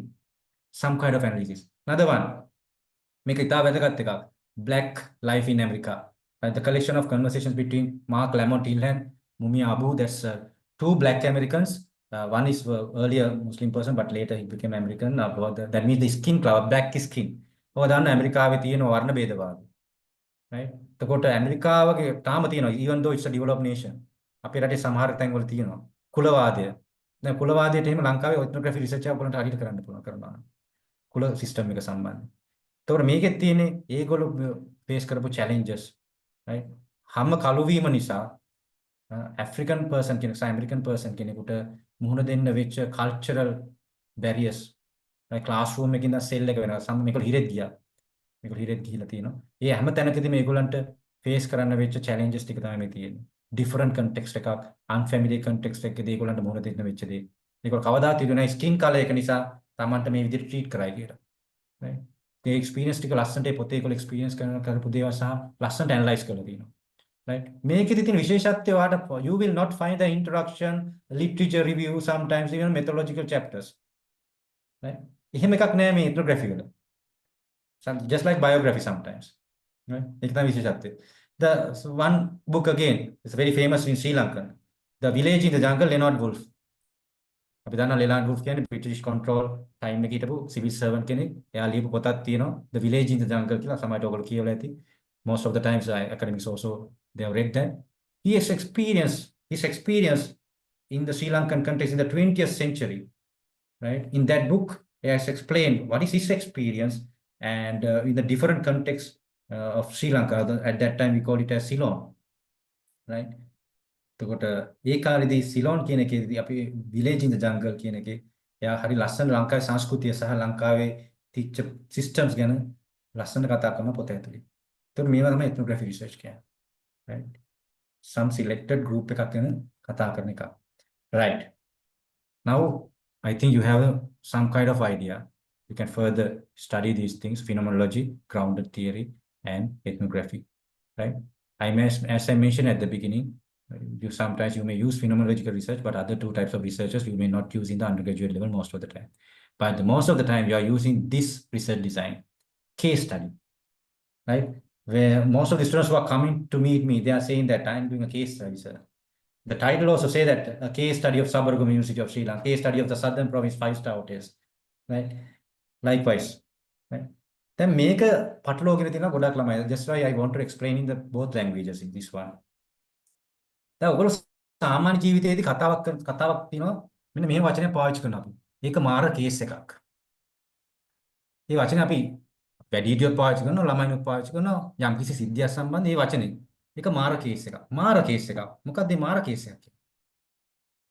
ඔය වචනේම තමයි අපිට කේස් ස්ටඩිස් වලටත් තියෙන්නේ. right? මාර කේස් එකක් කියන්නේ අනිකුත් ඒවාට වඩා වෙනස් මේක. ඒකනේ මාර වෙලා තියෙන්නේ. කේස් ස්ටඩි එක. specific. Sometimes you have observed various cases, but this case is different than that. ආයෙන එක මාර කේස් එකක්. අන්න case studies වලත් අපි study කරන්නේ ඒක. නිකන් cases නෙමෙයි. But most of the time students are coming with the cases and adapting maybe country, maybe organization, maybe person, but there's no speciality of that. case එක තියෙන්න ඕනේ පළවෙනි දේ තමයි speciality එක. ඇයි මම සබරගමු යුනිවර්සිටි ගත්තේ? ඇයි මම Southern Province එක ගත්තේ? ඇයි මම මේ 5-star hotel එක ගත්තේ? How it differs from the others? ඇයි මම මේ පුද්ගලයා ගත්තේ? How she or he differs from the other people? අයින එක අපි ඇනලයිස් කරලා බලන්න ඕනේ. ඒක තමයි case study එක වැදගත්කම. case එකක් කියන්නේ එහෙම එකක්. So don't come with the case study analysis, right? නිකන් ආවට කියලා case study එකක් ගන්න බෑ. දැන් ශ්‍රී ලංකාව case study එකක් විතර ගන්නවා. case එකක් විතර අපිට ගන්න පුළුවන්. Compare to other islands in the world. But what is the issue? That other islands are not facing, but Sri Lanka is facing, what Sri Lanka is having issue or whatever it is, and something special, something specific to Sri Lanka. Therefore, I will study about the Sri Lanka. Therefore, I will study about the Sri Lanka. Otherwise, I am not going to study about case study. It's not a case study then. It's a common thing. Sri Lanka also is similar to other islands. There's no point of studying a case study. Then you can do a general study. පුද්ගලයා ගැන මොනවද තේම උදාහරණ ඔයගොල්ලන්ට මම පස්සේ කියන්න. Now Jin defined the case study as an empirical inquiry that investigates the contemporary phenomenon in depth and within its real life context. It's a contemporary phenomenon and in-depth study about the case. And the identification of a case is bounded, a case within a bounded system. ඒකට තියෙනවා boundary එකක්. ඒ කියන්නේ අපි කියන්නේ දැන් ශ්‍රී ලංකාව නම් boundary එකක් තියෙනවා. පුද්ගලයන් නම් boundary එකක් තියෙනවා. වට වෙච්ච system එක. සබරගමු යුනිවර්සිටි එක නම් ඒකේ case එකේ තියෙන bounded system. Which means what is being studied can be defined or described within specific parameters. Specific and the issue also should be specific. A case study is one of the most widely used and accepted means of qualitative research methods widely used, no doubt about that. Most of the students are also doing case study research, right? The case study approach is particularly useful for an employee when there's a need to obtain an in-depth appreciation of an issue, event, or phenomena of interest in its natural real-life context. Now, case studies provide researchers with an opportunity for greater depth of understanding of an issue. අනමතර මතක තියාගන්න. යම් කිසි ප්‍රශ්නයක් ගැන අපි එක එළියට ගන්නවා අනිත් ඒවායින් ඈඩ් කරලා කඩලා ගන්නවා. මේක අපි ස්ටඩි කරන්න ඕන වෙනම. මේ කේස් එක අපි බලන්න ඕන. පොලිසියෙත් තියෙන එහෙම cases. පොලිසියෙත් තියෙනවා cases. Some specific cases, underworld cases, maybe other crime cases. Some cases they are giving for the CID. මේක ස්පෙસિෆික් කේස් එකක්. මේක අපිට හඳුන් කරන්න බෑ. අපි මේක දෙන්න ඕන වෙනම ඉන්වෙස්ටිගේෂන් එකකට. දැන් ඕම තමයි අපි ඇකඩමික් කේස් ස්ටඩිස් කියන්නේ. Right? අපි academic matters වලදී it can be a management or it can be education or social science, whatever it is, case studies we have to identify in that way. When it comes to the case studies, there are mainly three types of case studies. Now these are not the types. Mainly they are called as exploratory, explanatory, and descriptive case studies. What is exploratory case study? Now, for example, if the area is unknown to us or little known to us, we call it as exploratory. මම කලිනුත් කිව්වා exploratory කියලා qualitative research. For example, now මේ වගේ උදාහරණයක් ගන්නකො example එක. How does online studies affect for the subculture of the public university system? දැන් අපි දාගෙන දෙයක් online education එක universities වල subculture එකකට especially for the public university subculture එකට affect වෙලා තියෙනවා. අපි දන්නේ නැහැ ඇත්තට මේ වෙලා තියෙනවද නැද්ද කියලා. People are talking. We don't know anything. We don't little thing about that. Therefore, we have to explore that. We have to explore. It's a case study. We can do a public university as a case, and we can do it, right? Universities. The other type is explanatory case study. Explanatory කියන වචනේම තියෙන explain ඒ කියන්නේ මොකද්ද? Why කියන ප්‍රශ්නයක් තියෙන එතන. We call it as cause and effect, right? Exploratory කියන්නේ explore කරනවා යම් කිසි දෙයක් අපි දන්නේ නැති දෙයක් ඒ case study එකේදී. Explanatory එකේදී කරන්නේ අපි හේතුඵලය. අපි බුද්ධාගම දන්න හේතුඵලවාදී cause and effect relationship, right? For example, why does the students' academic performance in public universities drop after implementing online teaching? අපි දකිනවා අපේ යුනිවර්සිටි එකෙත් එහෙම එකක් තියෙනවා. Online education එකත් එක්ක academic performance students ලගේ මදි වෙලා. Sometimes very hard to find a good students for recruitments even. Right? Performance මදි. එතකොට එහෙම එකක් තියෙනවද? එහෙම relationship එකක් තියෙනවද? cause and effect එකක් තියෙනවද? අපිට බලන්න පුළුවන් මේ යුනිවර්සිටි සිස්ටම් එකේ දැන් තියෙන performance අඩු වෙලාද ළමයිගේ මේ online education එකත් එක explanatory එකක් why කියන question එකට answer කරනවා. Or otherwise we can go for the descriptive type of case study, detailed case studies. For example, again in a company, now just assume that ABC company is introducing new structural changes to increase the employee performance, right? Restructuring or structural changes inside the organization. මේක අපි descriptive analysis එකක් කරන්න ඕනේ. Case එකක් මේ company කොහොමද මේ අලුත් structural change එක management structure එක වෙන්න පුළුවන්, organization structure වෙන්න පුළුවන්, culture එක වෙන්න පුළුවන්, settings වෙන්න පුළුවන්, whatever it is, re-engineering වෙන්න පුළුවන්. මේ settings වෙනස් කිරීම හරහා මේක කොහොමද employee performance වලට බලපෑවේ. Very descriptive type of study. Now whatever it is, whether it is explorative, explanatory or descriptive, you have to find out select some cases. It can be a single case. It can be a multiple case. Or intrinsic case. Now you have to know the differences. Single case. What is that single case study? Now single case study. Nowadays, if I take the popular topic, the ragging incidents. Right?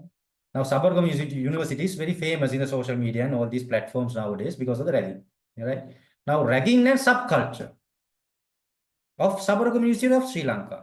Single instrument case study. අපි ගන්නේ Sabaragamuwa University විතරයි. Right? Now, otherwise we can consider now මේකත් එක්ක අපිට ගියා තව දෙයක් මේ mental stress කියන එක සහ mental conditions කියන එක ළමයිගේ. ඒකත් එක්ක අපිට තව analysis එකක් කරන්න පුළුවන්. We can do another analysis, right?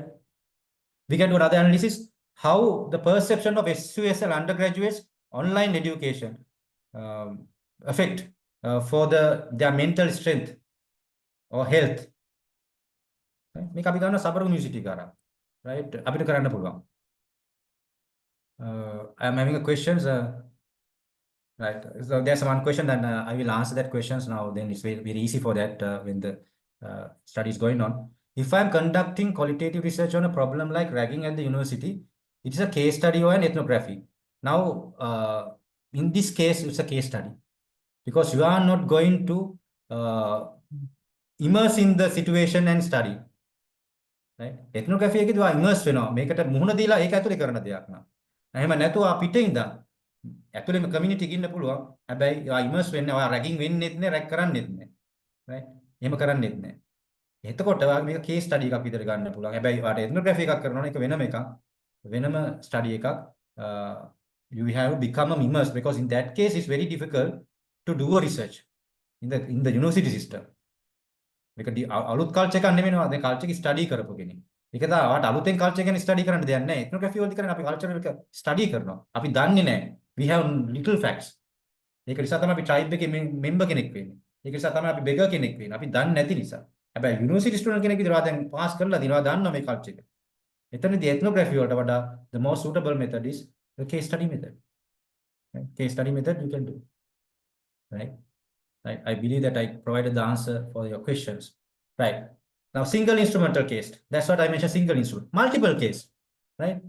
Now, multiple case means more than one person or one unit or one organization you can take, or even one country. For example, investigating how different companies are implementing their environment policy to cater sustainable development goals. Right now, many companies or even hotels or whatever the industry you can select, and how different companies implement their environment policies. Right? Then explore differences of the organization between cases. Some organizations are successfully implementing, some organizations are failing implementing. You analyze the cases and issues and the success stories, both you can analyze in a multiple case. Right? Multiple case. Then the intrinsic case study, that is the really important case in our case nowadays. We have to do an intrinsic case study. What is the intrinsic case study? Right? Now, if you come to the same issue of the ragging, now, if we commonly analyze the ragging in the Sabaragamuwa University of Sri Lanka, it's a single case study. It's not intrinsic. Intrinsic case study means if you go to the recent incident that happened to our student who involved in the suicide, based on that, the behavior of the social media is an intrinsic case study. It's totally different from the previous cases. ඔයගොල්ලෝ දන්නවා මීට කලින් මෙහෙම ඉන්සිඩන්ට්ස් university system එකේ වෙලා තියෙනවා. ඒතකොට social media හැසිරෙච්ච ආකාරය අපි දකිනවා. හැබැයි මේ ඉන්සිඩන්ට් එකේදී සෝෂල් මීඩියා හැසිරෙච්ච ආකාරය වෙනකට වඩා වෙනස්. We can easily observe that. Now you can do a research on that. Is intrinsic. Focus on the case itself. The case presents an unusual, unique situation. Unusual situation එකක් create වුණා. අපි දකිනවා ඒක. සබර්ගම් යුනිවර්සිටියට කළු පැල්ලමක් විදිහට unusual situation එකක්. Right? ඒක සමහරට created කළා. අපි දකිනවා සමහරට අපිට මේක පැහැදිලිව දැනගන්න ඕන මේක සම්බන්ධ රිසර්ච් එකක් කරන්න. Right? Social media behavior එක සම්බන්ධ මීට පෙර incidents සහ දැන් incidents. You can do a good research. Right? Whether it is purposefully done or whether actually it came from the society against the ragging or targeting Sabaragamuwa University or some cases. You can do a thorough analysis for that. And also now, not always the issues. The intrinsic case, for example, now you know that well-known woman leader like Kasturi Chelaraja, right? She's a leading body in the woman as a woman. It's a case study, intrinsic case study. It's an unusual and unique situation for as a lady, how she performed in the industry, and what is the success story of her. Right? It's an intrinsic case study. Right? Special case study. Special focus you are focusing to her and analyze her life story as a case. And also her management practices, management disciplines, what are the good practices she did throughout his journey. How did he manage how did she manage the environment? How did he manage the company, staff, people? How she dealt with the people? Everything you can study. What is the skill or the process leadership that she performed in the industry? Right? All these things are case study, success story. Case study can be a success story also. Right? Therefore, as students, when you are selecting case study, that's the best thing. Right? Right? But in that case, as I mentioned at the beginning, think about whether you can access to the data or not. If you can't access to the data, don't select that case. Right? think about that. නැත්තම් ඔයගොල්ලෝ ඇවිල්ලා methodology එක තමයි හිතන්නේ. දැන් කොහොමද data collect කරන්නේ? එතකොට වැඩක් නැහැ. data collect කරන method එක research design එකේ මුලින්ම අපි හිතන්නේ කියන්නේ ඒකයි. අපි plan කරන්නේ ඒකයි. Now when you are selecting a case, the first step is to choose the subject, topic or case. You will want to choose the topic that is interesting to you. And a topic that would be of interest to your potential audience also. Now we are also interested in those things. Cases වල ගොඩක් අය interest. මොකද ඒක unusual, unknown facts we are going to identify through the cases. So අපි හරි interesting එකට. Right? Yes. So when I am doing my research based on the one generation like Gen Z, is it multiple or single case? And if you are doing it for the one generation, it's not multiple. It depends.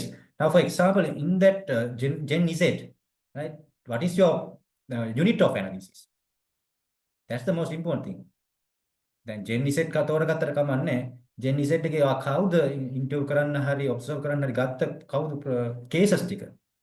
ඒක generation එකේ ප්‍රශ්නයක් නෙමෙයි. ඒක ඇතුලේ ඔයා ගන්න පිරිස තමයි කේස් එක වෙන්නේ. Gen Z එක හොඳ area එකක් that you can analyze to different angle about the different practices of them. හැබැයි ඒක ඇතුලේ කවුද analyze කරන්නේ. So if I do a research on perception of someone's about a specific thing that comes under phenomenology, right? So no. Perception of someone about a specific thing that comes under phenomenology. Phenomenology, we are lived experience, right? Perceptions of someone about a specific thing you can do as a case study even. Now that's what I mentioned, perceptions of ragging or someone or a specific thing. You can do it as a case study to a particular scenario. So phenomenology මම ඉස්සෙල්ලත් කිව්වා ඔයගලන්ට. phenomenology කියන්නේ මොකද්ද? ආයි මම පොඩ්ඩක් ඔයගොල්ලෝ back කරන්න මොකද ඔයගොල්ලෝ පැහැදලා දෙන්න ඕනිද? ඔයගොල්ලන් නැත්නම් ඒක ඔයගොල්ලන්ට ප්‍රශ්නයක් වෙන්න පුළුවන්. මේ phenomenology එක ලස්සනට කියනවා. lived experience එක, human experience එකක් කතා කරන්න අපි. Right? Teacher ke online experience, how it affects for his performance or challenges, ragging experience, right? Phenomenology ka than experience එකක් කියන්නේ. Perception එකක් ගැන නෙමෙයි පුද්ගලයාගේ experience එක තමයි perceive වෙන්නේ. But here not about the perception of a person, right? ඒකයි තියෙන වෙනස. The perception එකක් ගැන කතා කරනකොට case study එකක් කරන්න පුළුවන්. How about the perception of the university lecturers about the ragging? Oh, that's good. Case study. Right? It's very simple. Right? I think I gave the answer to you. Right. Right. We were selecting a case. Right. You also must choose a topic that would be interest to a large number of people. You want your case study to reach as large as an audience as possible. And a topic that is interest to just a few people will not have very large reach. Right. Nowadays, now if I to talk about these topics are very interesting nowadays. Very hot type of research titles. Therefore, you can select one of these and do a research. I'm hoping that it should come from the students. ළමයිගෙම තමයි මේ research ෆයින්ඩින්ග්ස් එන්න ඕනේ. එතකොට තමයි මේ ප්‍රශ්න සමහර cases අපිට විසඳගන්න විසඳුම් හම් වෙන ළමයිගෙම. ඒ නිසා ළමයි මම කැමති කම්පැනිස් ගැන රිසර්ච් කරනවා වගේම මේ සෝෂල් ෆිනොමිනා එකේ තියෙන කන්ටෙක්ස්ට් ගැනත් රිසර්ච් ඔයගොල්ලෝ කරනවා නම්. Right? You know, දැන් අපට මතකයි අපි ලස්සන රිසර්ච් වගේ කරලා ඔයගොල්ලෝ the employability of the undergraduates after completion of the degree employment difficulties. Now, for example, tourism students, they did whether they are in the whether they are working in the industry or not. Right? දැන් ගොඩක් එක තැන research ඉෂුව එක තිබුණේ tourism කරපු ළමයි ගොඩක් දෙනෙක් ඉන්ඩස්ට්‍රි එකේ නැහැ. They are in a different areas. Issue. Right? If it is an issue in Sabaragamuwa University, it's a case. Compared to other universities, it's an intrinsic case. අනිත් යුනිවර්සිටිස් වල එහෙම නැහැ. හැබැයි සබරගමුවේ ළමයිගෙන් පාස් අවුට් වෙන ළමයිගෙන් university department of tourism එකෙන් ළමයි බහුතරයක් නැහැ ඉන්ඩස්ට්‍රි. එහෙනම් ඒක ඉෂුව එකක්. ඒ වගේම Sabaragamuwa university manager faculty pass out වෙන ළමයි ගොඩක් දෙනෙක් අන්එම්ප්ලොයිබල්. එහෙනම් ඉෂුව එකක්. Compared to other universities, it's a different case. ඒක මාර කේස් එකක්. අනිත් යුනිවර්සිටිස් එහෙම නැහැ සබරගමුවේ මෙහෙම වෙනවා. Right? එතසා ඒක හරි interesting that you have to find out මේ වගේ රිසර්ච් වලින් තමයි ඇත්තටම general issues වලට address කරන්න පුළුවන්. ඒ වගේ companies වල තියෙන issues as a case study also you can do. Even the industry or country wise, that's also important. But somehow, if any one or two students can go for these kind of research also, it will be more beneficial. and more beneficial for the society as well as the decision makers. Right. Right.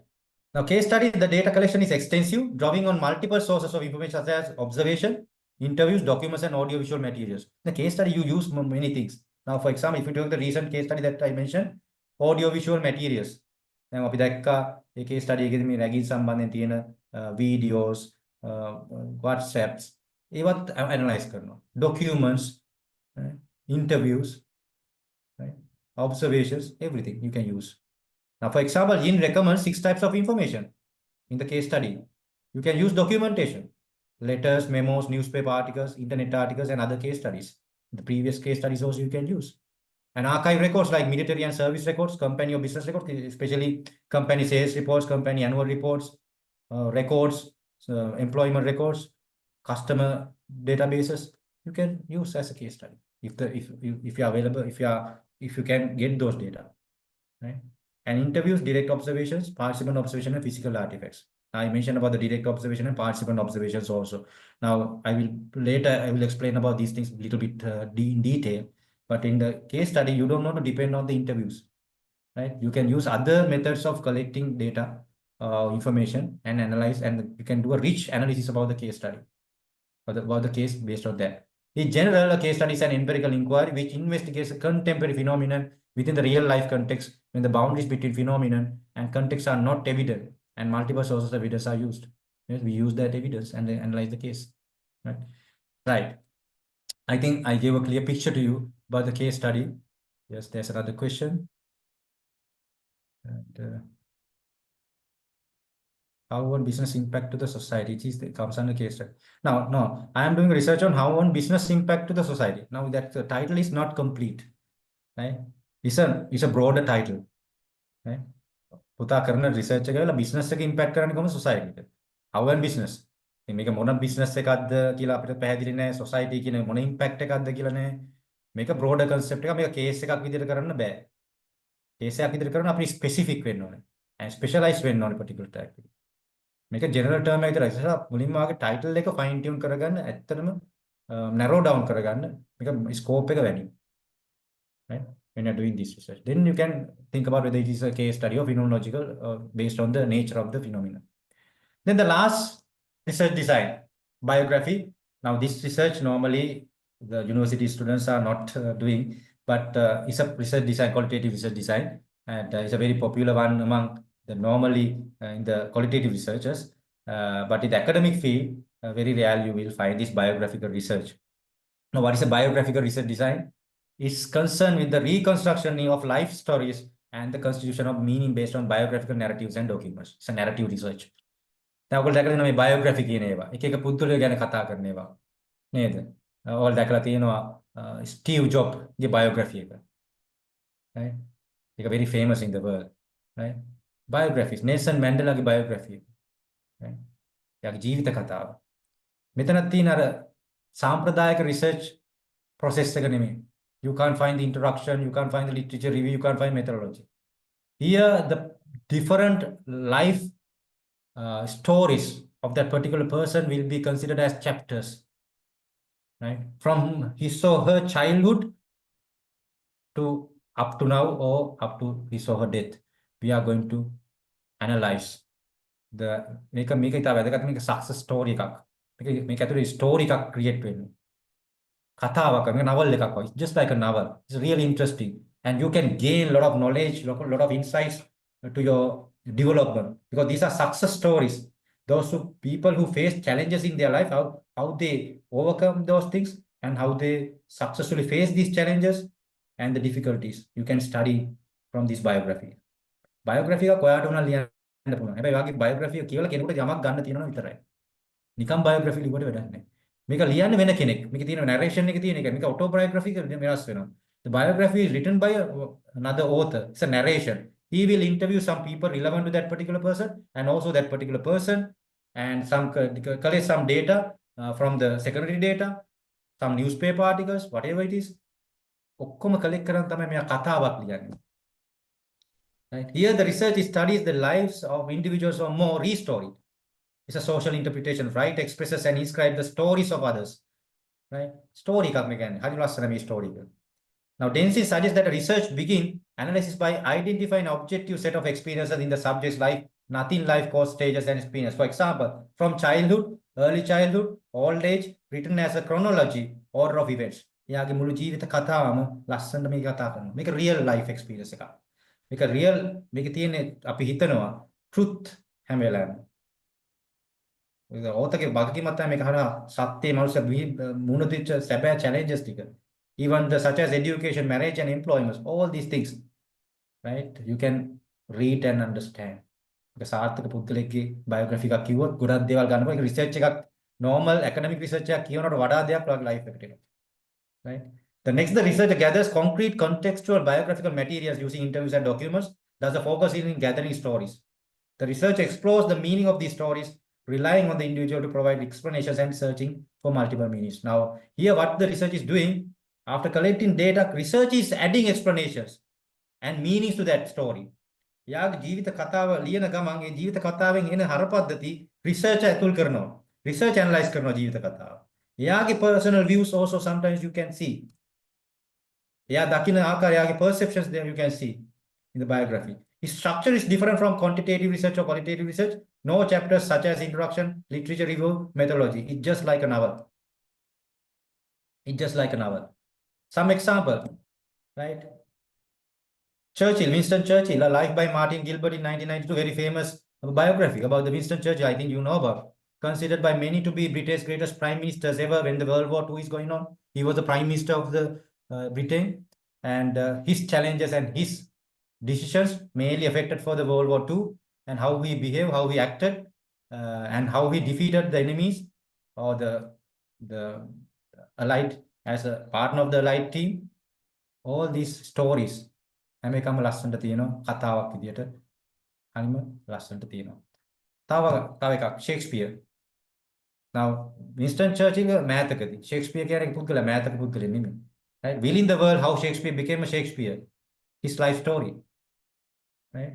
Stephen Greenwald who wrote this magnificently detailed biography of Shakespeare. Right? So Shakespeare ගේ ජීවිත කතාව දීලා තියෙනවා බලන්න පුළුවන්. ඊට මම කිව්වා Nelson Mandela සම්බන්ධයෙන් there are many biography. This is the autobiography. There are biographies also related to Nelson Mandela. This was written by Nelson Mandela about him. Long Walk to Freedom by Nelson Mandela. This is autobiography. තමන් පිළිබඳ ලියන එක. That is autobiography.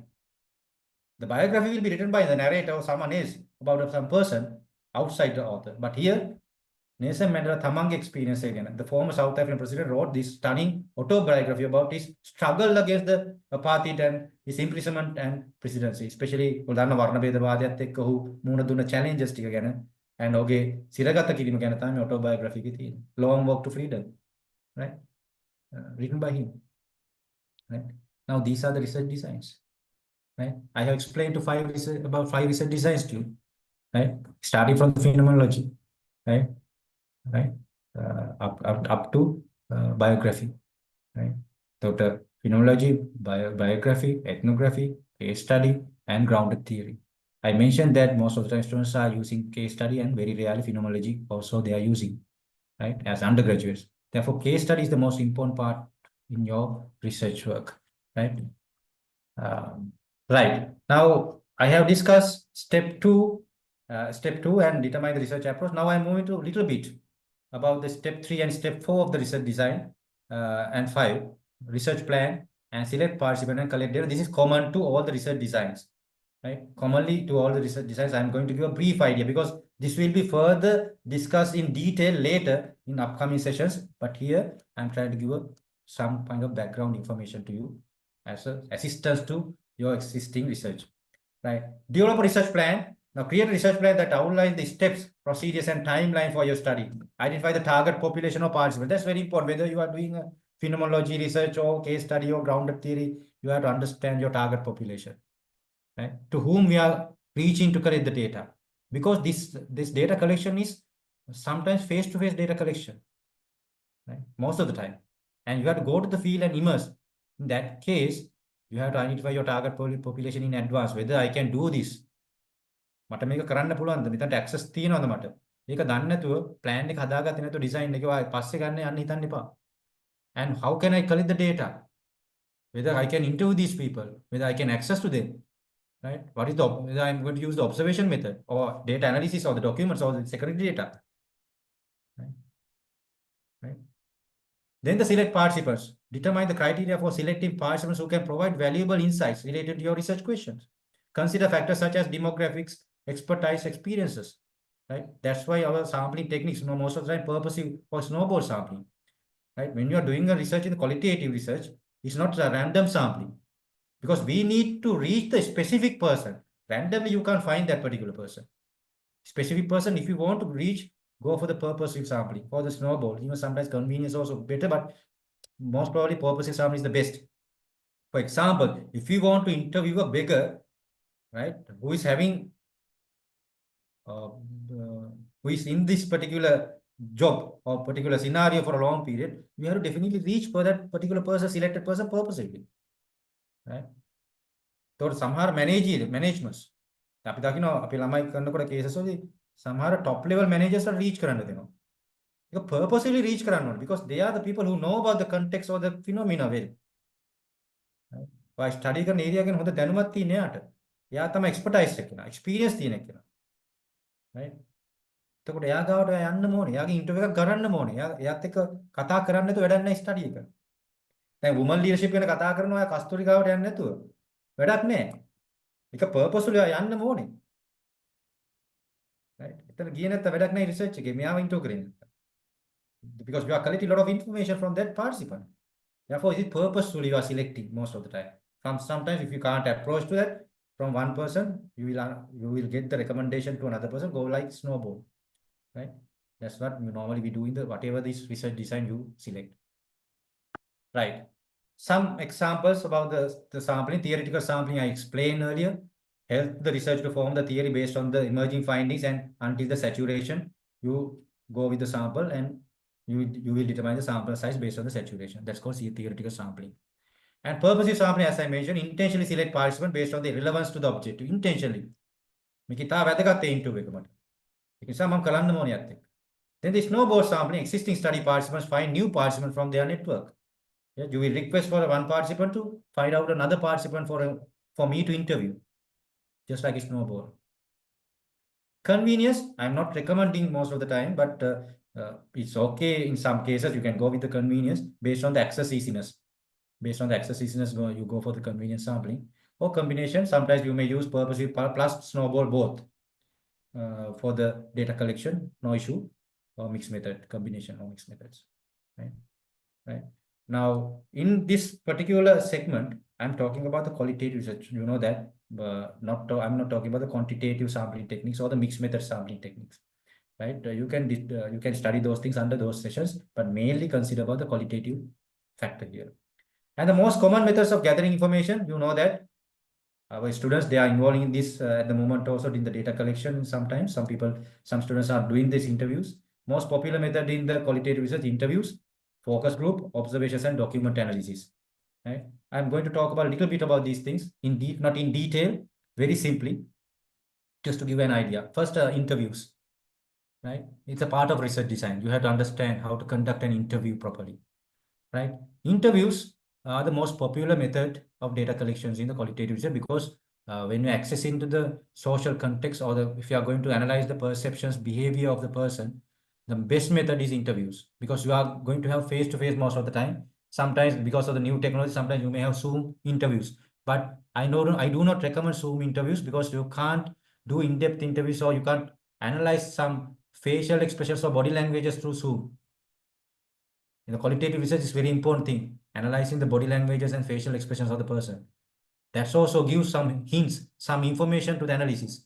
But in the Zoom, it's very hard to find out those things. Therefore, better to go and face-to-face do some interviews, right? And remember, identity is never fixed. We include in the interviewees represent different aspects of ourselves in different contexts. How we address the child at home and when we are surrounded by people is different. When you are conducting interviews, it depends on the context. අපි ළමයෙක්ව interview කරනවා නම් අම්මලා ළඟ තියාගෙන ළමයා දෙන answers වෙනස්. අම්මලා නැති තැනදී ළමයා දෙන answers වෙනස්.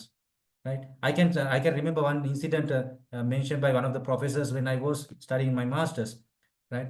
That professor did a research about the domestic violence, right, relating to that. එයා ඉන්ටර්වයුව කළේ husband wife වෙන වෙනම. right? husband නැති තැනදී wife දෙන ඉන්ටර්වයුව එක හරිම ප්‍රබලයි. right? එතකොට wife නැති තැනදී husband දෙන ඉන්ටර්වයුව එක මාර ප්‍රබලයි. සමහර information sometimes අපිට හිතා ගන්න බැරි තරම්. ඒ කියන්නේ හරි open ඒ interviews වල. Real informations if you want to get, it depends on the context. So interviews අපි තේරුම් ගන්න අපි කොතනද මේ interview කරන්නේ? What is the location, with whom are we going to interview? In a separate place, independent place, privacy you have to consider in the interviews. If you want to go with some kind of very interesting, very specific type of issue, ask in several ways, especially if they are aware of interest, which can affect their responses. Yeah, and also don't show as an interviewee your interest to the particular person. දැන් සමහරවල් මම දැකලා තියෙනවා ළමයි දුත් වැරද්ද කරනවා, අපිත් සමහරවල් වැරද්ද කරලා තියෙනවා අපි ඉන්ටර්වයුව කරන කාලෙදී. අපි අපේ ඉන්ට්‍රස්ට් එක පෙන්නනවා. එතකොට එයා ආන්සර් එක දෙන්නේ අපේ ඉන්ට්‍රස්ට් එකට ගැලපෙන. he is asking something like that. අපි සමහරට එයාගෙන් උත්තරේ දෙන එයාගේ කටට දීලා උත්තරේ ගන්නවා ටක් ගන්න. එතකොට ඒකේ වැඩක් වෙන්නේ නැහැ. We do not allow that. We do not allow that. We should not show that our interest. Then only they will come with their ideas, their actual informations. Rather than eliminating multiple voices, explore them in what instances, frequency, body language. That's what I mentioned. Very important thing. Body language. Even a smile, especially in the in-depth interviews in the qualitative research, smile, it gives many meanings to us. ඒ පුද්ගලයා අපිත් එක්ක hina වෙන විදිය, එයා හිතන විදිය, එයා යමක් ප්‍රශ්නයක් අහුවම එයා ඇත්තද කියන්නේ බොරුද කියන්නේ එක බව අපිට facial expression එකෙන් දකින්න පුළුවන්. මේක questionnaire service වලදී අපිට පේන්නේ නැහැ. Right? This reflect the different identities and voices the respondents have. These are important aspects in qualitative research. Therefore, when you are doing an interview, that's why I mentioned, even though it can be a small sample size, maybe 10 interviews, but don't do it, don't consider it as a simple way. Right? It's not simple. Now, මම මේක කීවට තරහ වෙන්න එපා students වල. Sometimes I felt that you are not doing it very correctly, because last time මම reject කළා සමහර ළමයි පවා අවසාන සතියේ ඉන්ටර්වයුස් 10ක් 15ක් කරගෙන එනවා. You can't do it. You can't do it. Analysis එක කරන්නේ අන්තිම දවස් 5. ඉන්ටර්වයුස් 10ක් කරගෙන එනවා. මම ඉන්ටර්වයුස් 10ක් කරලා උදේ 1යි හවස 1යි දවස් 5. දවස් ඉන්ටර්වයුස් 10ක්. එහෙම කරන්න බෑ. එහෙම කොහොමද ඉන්ටර්වයුස් කරන්නේ?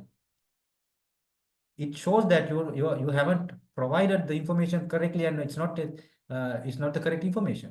Don't do, at least for the current students I am requesting. ඕගොල්ලන්ට අඩු ගානේ රිසර්ච් එකයි කරා රිසර්ච් එක හරියට කිරීමේ හැපිනස් එක. ඒක ගන්න. ඉන්ටර්වයුස් 10ක් හරියට කරනවා. ඉන්ටර්වයුස් 10 වුණාද 12ද 5ද කියන එක නෙමෙයි ප්‍රශ්නේ. Right? Do it correctly, then it's a new experience to you, and your analysis will be perfect. Right? You provide something to the society and some new knowledge. Right? Some new knowledge through the qualitative research. Right? And contribution to the theories. Right? And minimum intervention of the interviewer, just like in our media people. Don't do like that. The media වලට කියම දැකලා ඇති. ප්‍රශ්න අහන කෙනා කතා කරනවා, ප්‍රශ්නෙට උත්තර දෙන කෙනාට වඩා. එහෙම බෑ. ඔයාගේ speech එක අඩු වෙන්න ඕනේ. Minimum intervention of the interview. You just ask a question. Sometimes if you want to clarify, or if you want to convert it for the further discussion, you can add something, but don't interrupt, and don't try to provide your answers, and avoid posing your research questions directly. Right? Don't ask research question directly. අර ඔයා develop කරපු research question දෙක අහනවා කියලා directly. මම අහනවා සමහර ළමයිගෙන් මොනවද ප්‍රශ්න 3ක් 4ක් අහලා. මොනවද අහලා තියෙන්නේ research questions ටික. research question එකෙන් derive කරලා නැහැ interview protocols. Right? Don't ask research questions directly. Right? No point. You can't, there's nothing to analyze in that case. Be non-directive as much as possible. Yes. Don't give any direction or any pathways to the research. As a researcher, get the independent ideas from the purpose, and also indirectly try to get the more information. Make the interview comfortable. That's very important. Confidentiality, because there are some cases you need to maintain the confidentiality. අපි ඔතන රැගින් වගේ case එකක් ගැන කවර ඉන්ටර්වයුව කරනවා නේ. ඒ ළමයාව හෝ පුද්ගලයාව අපි confidential තියාගන්න. right? එතකොට අපි expose කරන්න බෑ. right? දැන් sexual abuse එකක් ගැන කතා කරනවා. ඒ ළමයා expose කරන්න බෑනේ. Confidentiality is very important. Right? The place where you are going to have should be a very comfortable as well as very relaxed place, without any disturbance. Without any disturbance, because when you are conducting interviews, that particular person should switch off their phones also. He or she should give maximum focus to your questions. Right? ඉතින් මේ වැඩ කරන ගමන් මම interview එකක් කරනවා විනාඩි 5කින් මම ගිහලා ටක් කරලා එළියට ගිහලා නම් ආයි ප්‍රශ්නවලට උත්තර දෙන්න එහෙම ඉන්ටර්විව් කරන්න බෑ. Right? ඒක නිසා තමයි කිව්වේ it's a long process. You can't do it within 5 days or 10 days time. And the sex of the research, whether that interview is a male or a female, that you have to consider about that. If you are a male, if you are going to interview a female, how you are going to tackle those situations, right? That totally depends on the confidence, right, about you, right?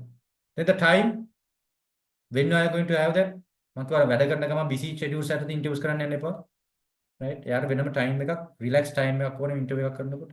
When to stop also you must know that you must not keep that particular person in a long period, as well as he may become tired then answering your questions. Therefore, you know that when to stop. When you feel that that particular person is tired with your questions, right, give some kind of freedom or relaxation to that particular person. Right? Don't ask continuously all the questions. ඒක වාගේ art එකක් මේ interview කරනකොට තියෙන art එකක්. ඒ art එක ඉගෙන ගන්න රිසර්චර් කෙනෙක් විදිහට qualitative researcher කෙනෙක් විදිහට that's very important. And preparing for the interview, contact the person and brief them about the study and the reason for selecting the person. In the qualitative research, that's very important thing. Contact the person in advance and brief them about your study. Sometimes they may not agree with your topic. Sometimes if you do not emphasize your importance of your research and the confidentiality, sometimes they may not allow you to conduct the interview. Therefore, that's your ability to get the support of that particular person is really important. And get permission to tape record. අපි සාමාන්‍ය කරන දේක් recordings කියන එක, but with the prior permission you have to do that. If they are not permitting, don't do that, right? You can take another person with you in that case to assist you, assistant, research assistant. ඒ කියන්නේ වගේ යාළුවෙක් ගෙනියන්න පුළුවන්. tape recording කරලා පස්සේ ලියා ගන්න බලන් ඉන්නවනේ. එයා allow කරේ නැත්නම් sometimes you can't write all the things that he is mentioning. ඒතකොට තව යාළුවෙක් එක්කන් යන්න පුළුවන් එතනට. එයාටත් කියනවා ලියා ගන්න කියලා. ඒතකොට ඔයාට මිස් වෙන සමහර දේවල් එයා ලියා ගන්න පුළුවන්. right? But assistant කෙනෙක් ගෙනියන්න මේ අවස්ථාව තියෙනවා tape recording කරන්න නැති තැන්වලදී. That's also possible. Discuss confidentiality issues, right? Confidentiality also very important thing. එයාත් එක්ක කතා කරන්න මොන වගේ දේවල්ද confidential විදිහට අපි කතා කරන්න ඕනේ. Sometimes you have to ask that particular person to move away from you, that your assistant also when you're asking them some confidential cases. Ask any questions he might have, and also quiet place with no interruptions. I mentioned that. And make sure that you have the necessary equipment. Right? When you're going for an interview, the recordings, the documents, writing, everything, the necessary equipments you have to have. And don't try to search those things at the interview. And the final part, transcribing interviews, those things you will further study on the data analysis. I'm not going to explain about how to transcribe an interview, right? But you will study that after collecting the data, you have to make them into readable document version and transcribe the data and analyze the data and finding out the coding and categorization part. And sometimes you have to translate your interviews. If you have conducted in the single medium, you have to convert that into English mediums, because you are data analysis in your thesis, you are writing in English medium, and for the analysis purpose, you have to translate that into that particular medium also. Right? These are the challenges. The interviewee launches into a side story that doesn't seem relevant to the practice story. Now, when you face this kind of thing, now you are asking a question, but the answer is different. Right? දැන් ඔය අහන ප්‍රශ්නෙට ටිකක් දුර ඇවිල්ලා අහන ප්‍රශ්නේ එළියට යනවා සමහරට ප්‍රශ්නේ ආයෙකට පස්සේ. එතකොට ඔයා මොකද කරන්නේ? Don't challenge that particular person. Let them to talk. Let that particular person to talk. Whatever, it sometimes maybe not be relevant to your main, directly relevant to your topic. හැබැයි ඔය relevant නැති දේවල් කතා කරනකොට සමහර ඒවා relevant වෙනවා. සමහරට එයා කියන්නේ නැති දේවල් පවා කියනවා. Right? After his speech, again you can ask the same question and ask the question, get more information. Don't disturb whether he's telling the relevant things or irrelevant things. In the interviews, very important, all the information. The interview will continue to shift to other people's actions, not their own. Right? That's why we always we expect the place, relaxing, very confidential place, very important to have that confidentiality as well as the place. Right? It is without no disturbance. Right? And the interview is reluctant to answer. Now, if the interview is reluctant to answer, right? එතකොට හොඳ පරිස්සම් වෙන්න ඕන දෙයක්. Right? සමහර questions වල අහනකොට එයා answer කරන්න බැරි වෙනවා. එයා දෙන්න කැමති නැවන. බලෙන් answers ගන්න බෑ. Right? Don't try to get that by force. You can't get the answers by force. Right? If that particular person is reluctant to answer, that means there's an issue. Right? Sometimes he or she is not confident of telling that story to you. And sometimes he or she doesn't have a confidence about you, about the confidentiality. That's why, therefore, that's why that rapport is very important. If you develop the rapport, they will tell everything to you. Right? Even the management issues, internal issues of the company, all the things they will explain. Not only sociological issues, right? Even the managerial issues, if you are going to interview some managers, right? The employees issues and everything, they will tell to you without hiding any information if they are confident about it. Right? That confidence you have to build. That rapport you have to build. The interview does not elaborate. If that particular interview is not elaborating, you can have some clarification questions. සමහර questions වලට උත්තරේ සමහර years no වලින් නතර කරන අවස්ථා තියෙනවා. The close-ended answers දීලා. ඒ වෙලාවට ඔයාලට little bit you need to elaborate, clarify the things, asking more questions. The interview appears uncomfortable. If the interview appears uncomfortable, don't continue with the interview. Right? Yeah, uncomfortable nang interview ko ate karne ka, no point of conducting that interview. First of all, you have to keep the comfortable level, keep the comfortability of that particular person. Yeah, uncomfortable nang එයාගේ දෙන answers වැරදි, uncomfortable situation එකේදී. So comfortable නැත්නම් interview කරන්න එපා. You think the interview might not be giving honest answers. Yeah, that is, you can easily identify from their expressions whether he's providing the exactly correct answers or lies. එහෙම වෙන්න පුළුවන්. සමහරවිට උත්තරේ එයා ඔයාලට දෙන්නේ බොරු උත්තරයක් වෙන්න පුළුවන්. ඒක අපිට පේනවා. සමහර facial expressions වලින් body languages. එහෙම කියලා එක නවත්තන්න ඕනේ නැහැ. Yes, that's true, but you continue with the interviews. Interview sensitive topics. I mentioned that earlier. Some topics are very sensitive to life. Some topics are very sensitive to company even. Now, for example, you are asking about the details about the sales, profits, or the customer database details from the management. Those are very sensitive topics. Or the details about the director boards. Right? Don't ask those kind of sensitive topics. Right? ඒවා දෙන්නේ නැති topics තියෙනවා සමහර ඒවා. Right? ඒගොල්ලෝ කැමැත්තෙන් දෙන්න පුළුවන්. ඒත් ඒ වගේ topics අහන එක සමහර විට ඔයාට හොඳ නැහැ. එහෙම අහනවනම් that you have to further discuss with the particular person whether they are willing to provide those information or not. Then another type of data collection is focus group. Most of the students are doing interviews, but very rarely I have found some students they did some focus group discussions also. The focus group is a collection of the people to one place. The selected participants, we'll ask them to come to one place and ask some questions, moderating those questions and all the people. And the focus group, the most important thing is getting these people into one location. Focus group එකේ තියෙන challenge එක තමයි students කෙනෙකුට, දැන් undergraduate කෙනෙකුට ඔය අදාළ පිරිස එක තැනකට ගේන එක. ඒගොල්ලෝ එක තැනකට එන්නේ යම්කිසි benefit එකක් නැත්තම්. ඒක තමයි ඇත්ත ස්වරූපය.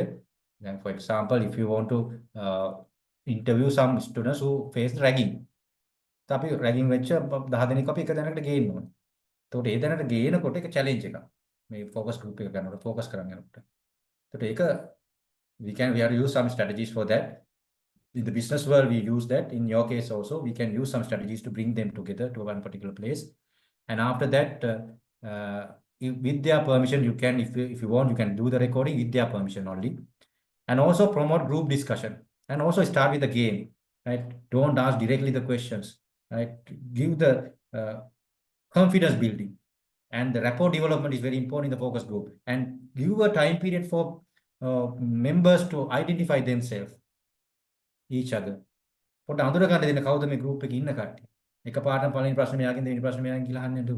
And also in the focus group, most important thing is do not allow the domination. දැන් සමහර focus group වල අපි දැකලා තියෙනවා එක පුද්ගලයෙක් තමයි ඔක්කොම උත්තර දෙන්නේ.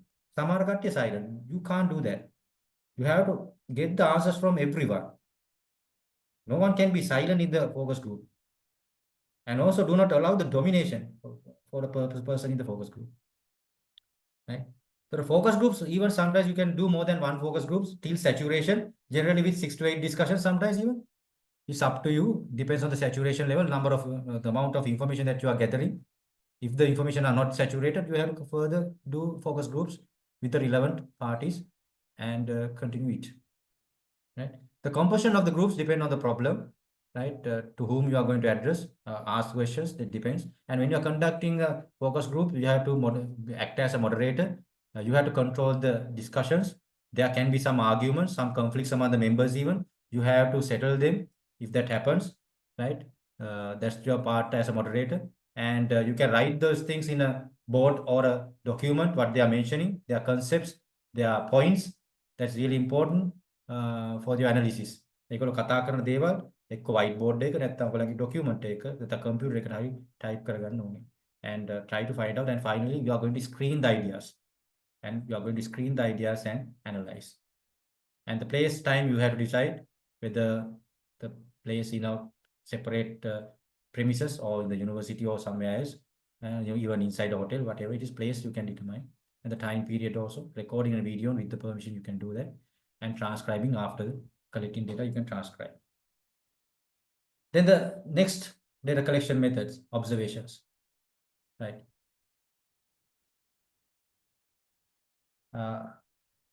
Right. Now, the Professor Tushar is asking questions. Since this is intended for undergraduates, it would be helpful if you could explain how interview questions can be improved from one interview to the next. Yes. Now, when you are having interviews, we develop interview protocols. I think students, you know that interview protocols, you have a protocol and maybe number of questions, maybe 8 to 10 questions. It depends on the research questions. You will determine the number of questions, right? Now, if you are going to interview different kind of people, right?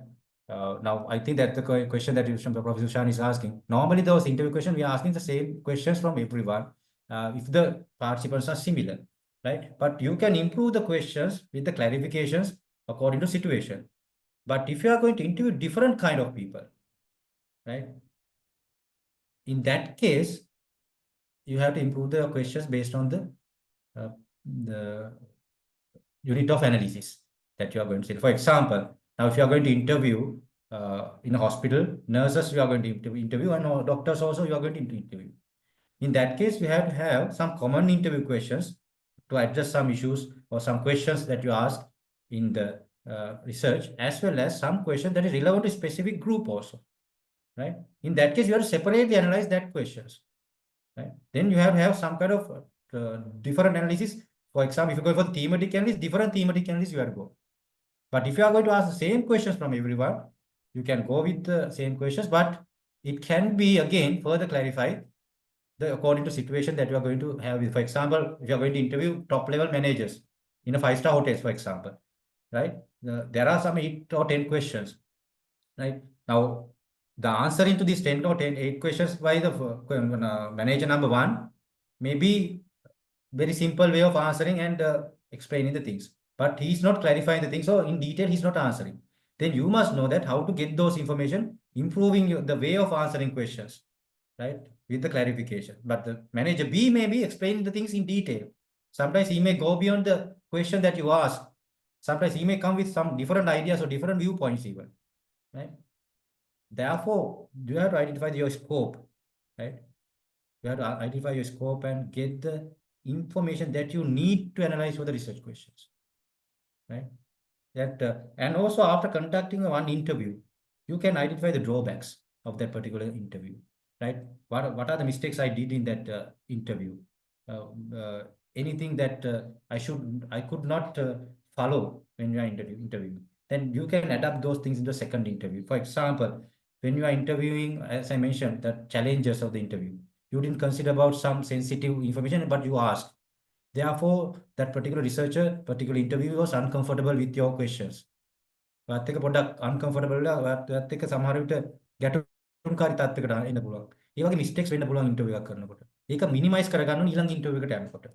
When you are moving to the next interview. I should not ask these kind of questions. Therefore, please meet your supervisor before moving to interviews with the people and develop your interview protocol correctly and get the advice before going to the interviews. I'm going to meet this particular person today, and these are the interviews and how I'm going to deal with that particular person, because there are different personalities in the industry, right? sometimes they may not consider us undergraduates. They are not sometimes neglect them even. And sometimes you also feel why I came for this place for the interview. එහෙම අවස්ථා තියෙනවා ගියාට පස්සේ. right? ඒතකොට ඒ වගේ different situations වලට ඔයාගේ තමයි talent එක තියෙන්න ඕනේ. මේවා කොහොමද එයාට emphasize කරන්නේ මේ සම්බන්ධය. ඔයාගේ rapport එක develop කරගන්නේ කොහොමද මේ මිනිස්සුත් එක්ක. එකපාරටම interviews ආගෙන නෙමෙයි. You can talk about nicely about some general things about the industry, about your studies and that particular person profile and company. ඒක ගැන nicely කතා කරන්න පුළුවන් මුලින්ම. කතා කරන ගමන් තමයි approach වෙන්නේ. එතකොට මේ මිනිස්සයාගේ පුද්ගලයාගේ interview කරන පුද්ගලයාගේ positive mindset එක මුලින්ම ආකේ ඇති කරන්න ඕනේ. එතකොට එතන යනකොට interview එකට යනකොට how you wear it, wear your dress code and what is your behavior. මේ හැමදේම ඉතා වැදගත් interview. Right? So I think further this will be discussed in the later in the data analysis part also. Right. Then I will move to the observation. That's another important thing. Observation very commonly used by the students even.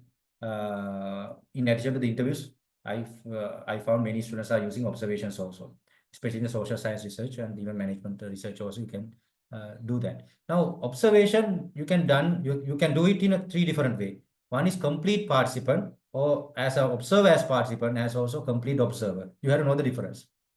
Complete participant means researcher concedes his role. Example, in participant as a worker or a beggar. Complete participant. Researcher concedes.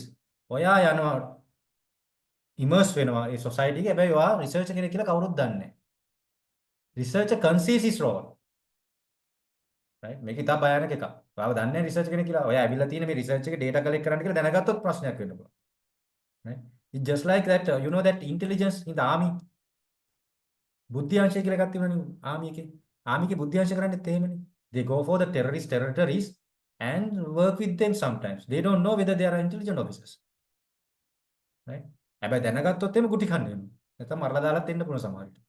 So you have to be very careful because you are not disclosing who you are. You will become a member or a worker or beggar or whatever whoever in that society and get the data for your research. Right? Second one, observe as participant. The role of the research is known. What is that?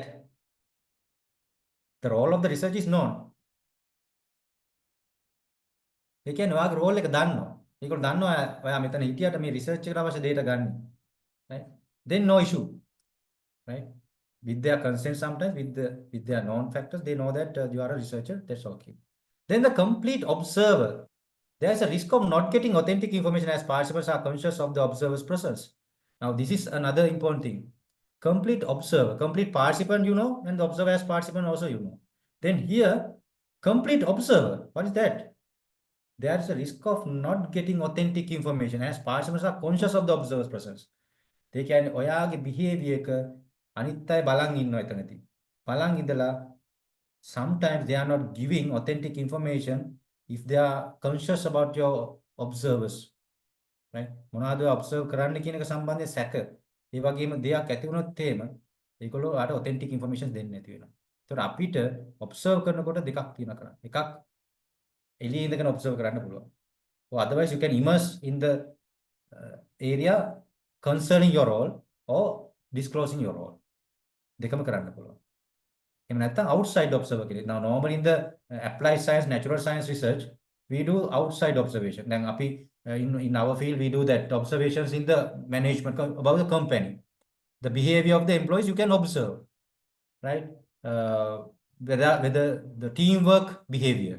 You can observe as outsider and you can have an observation checklist or you can tick, right? As outsider. Now, I did a research about the eco-resource.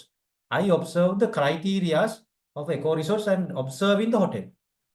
I walk around the hotels and check the criteria and observe and tick my observation checklist. In the observation, most important part is you have to prepare an observation checklist.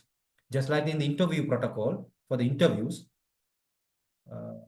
focus group also interview question set you have to have. In the observation, you have to have observation checklist.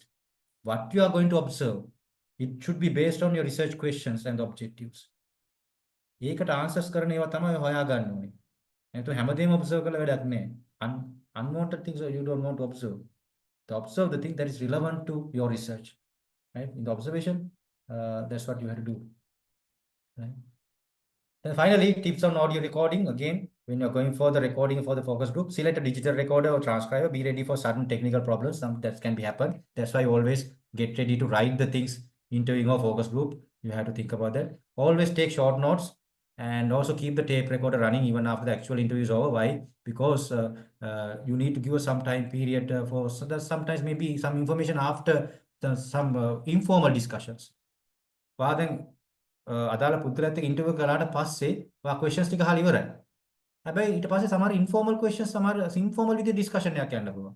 A discussion එකේ sometimes he or she may give some information that valuable to your research and also save in several places. Those are some tips, right? And those are the things that I just wanted to highlight in my session in the qualitative research.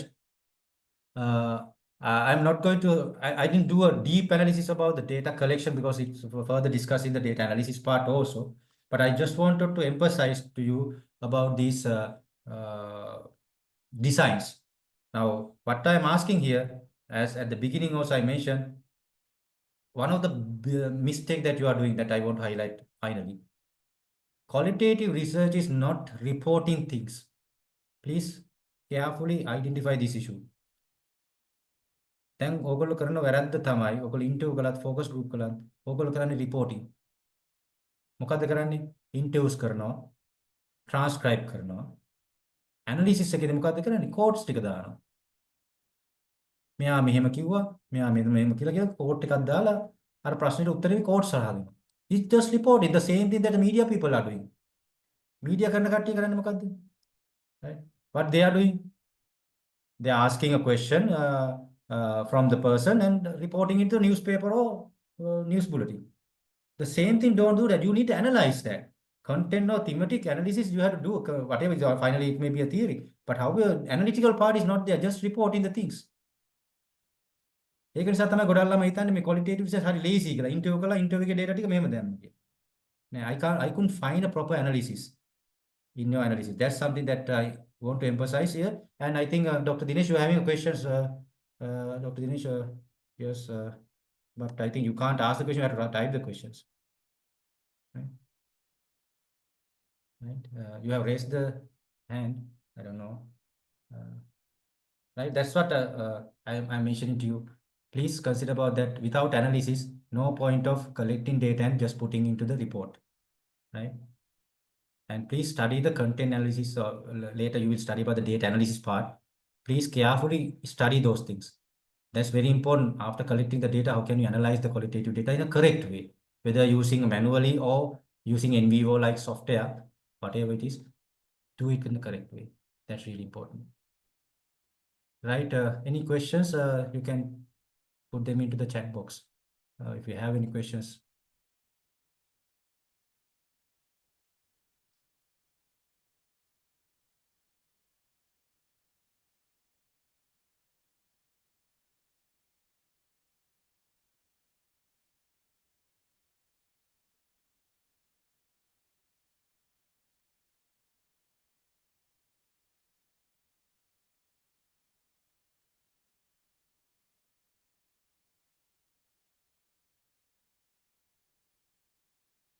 I think I have answered all the questions given in the chat box, the question asked by the students.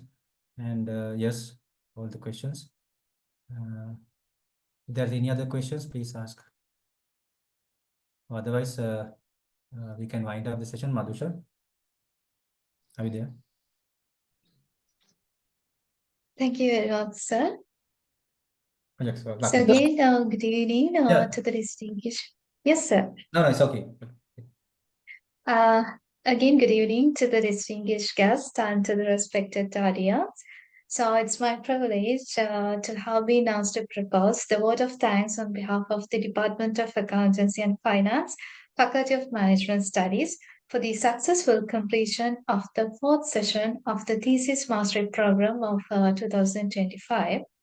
And as well, first and foremost, I extend a very hearty word of thanks to the main speaker of the today's session, Professor Rangana Shalika from the Department of Tourism Management, Faculty of Management Studies, Sabaragamuwa University of Sri Lanka. So, dear sir, it was indeed an inspiring and enlightening session for us. And at the outset, then I would like to express my profound gratitude to the Faculty of Management Studies, Sabaragamuwa University of Sri Lanka, will be headed by Professor Athalasi Janapala. Further, then, I would like to express my special gratitude to Professor T.U. Ipiris, Head, Department of Accountancy and Finance of Faculty of Management Studies. And truly, his visionary approach and dedication plays a kind of a vital role in initiating this kind of a program for all of us. And then I would like to express our sense of obligation to Professor Jonathan Devasari, the main coordinator of this particular program, for his unconditional support. And I'm truly grateful for the organizing committee who will be connected with Ms. Shalika, Mr. Sajid, Ms. Madhusha, Ms. Rashmi, and finally Mr. Dakshina, who meticulously planned and executed every aspect of this thesis mastery program in order to make this truly successful.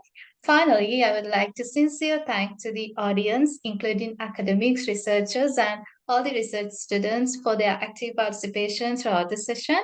And hope you will all join for the next TMP session on the title Research Design and Methodology, Choosing the Right Design for the Quantitative Research, which will be conducted by Professor Jonathan Devasiri from Department of Accountancy and Finance. And hope to see you all next on the day. And thank you all again and have a pleasant evening.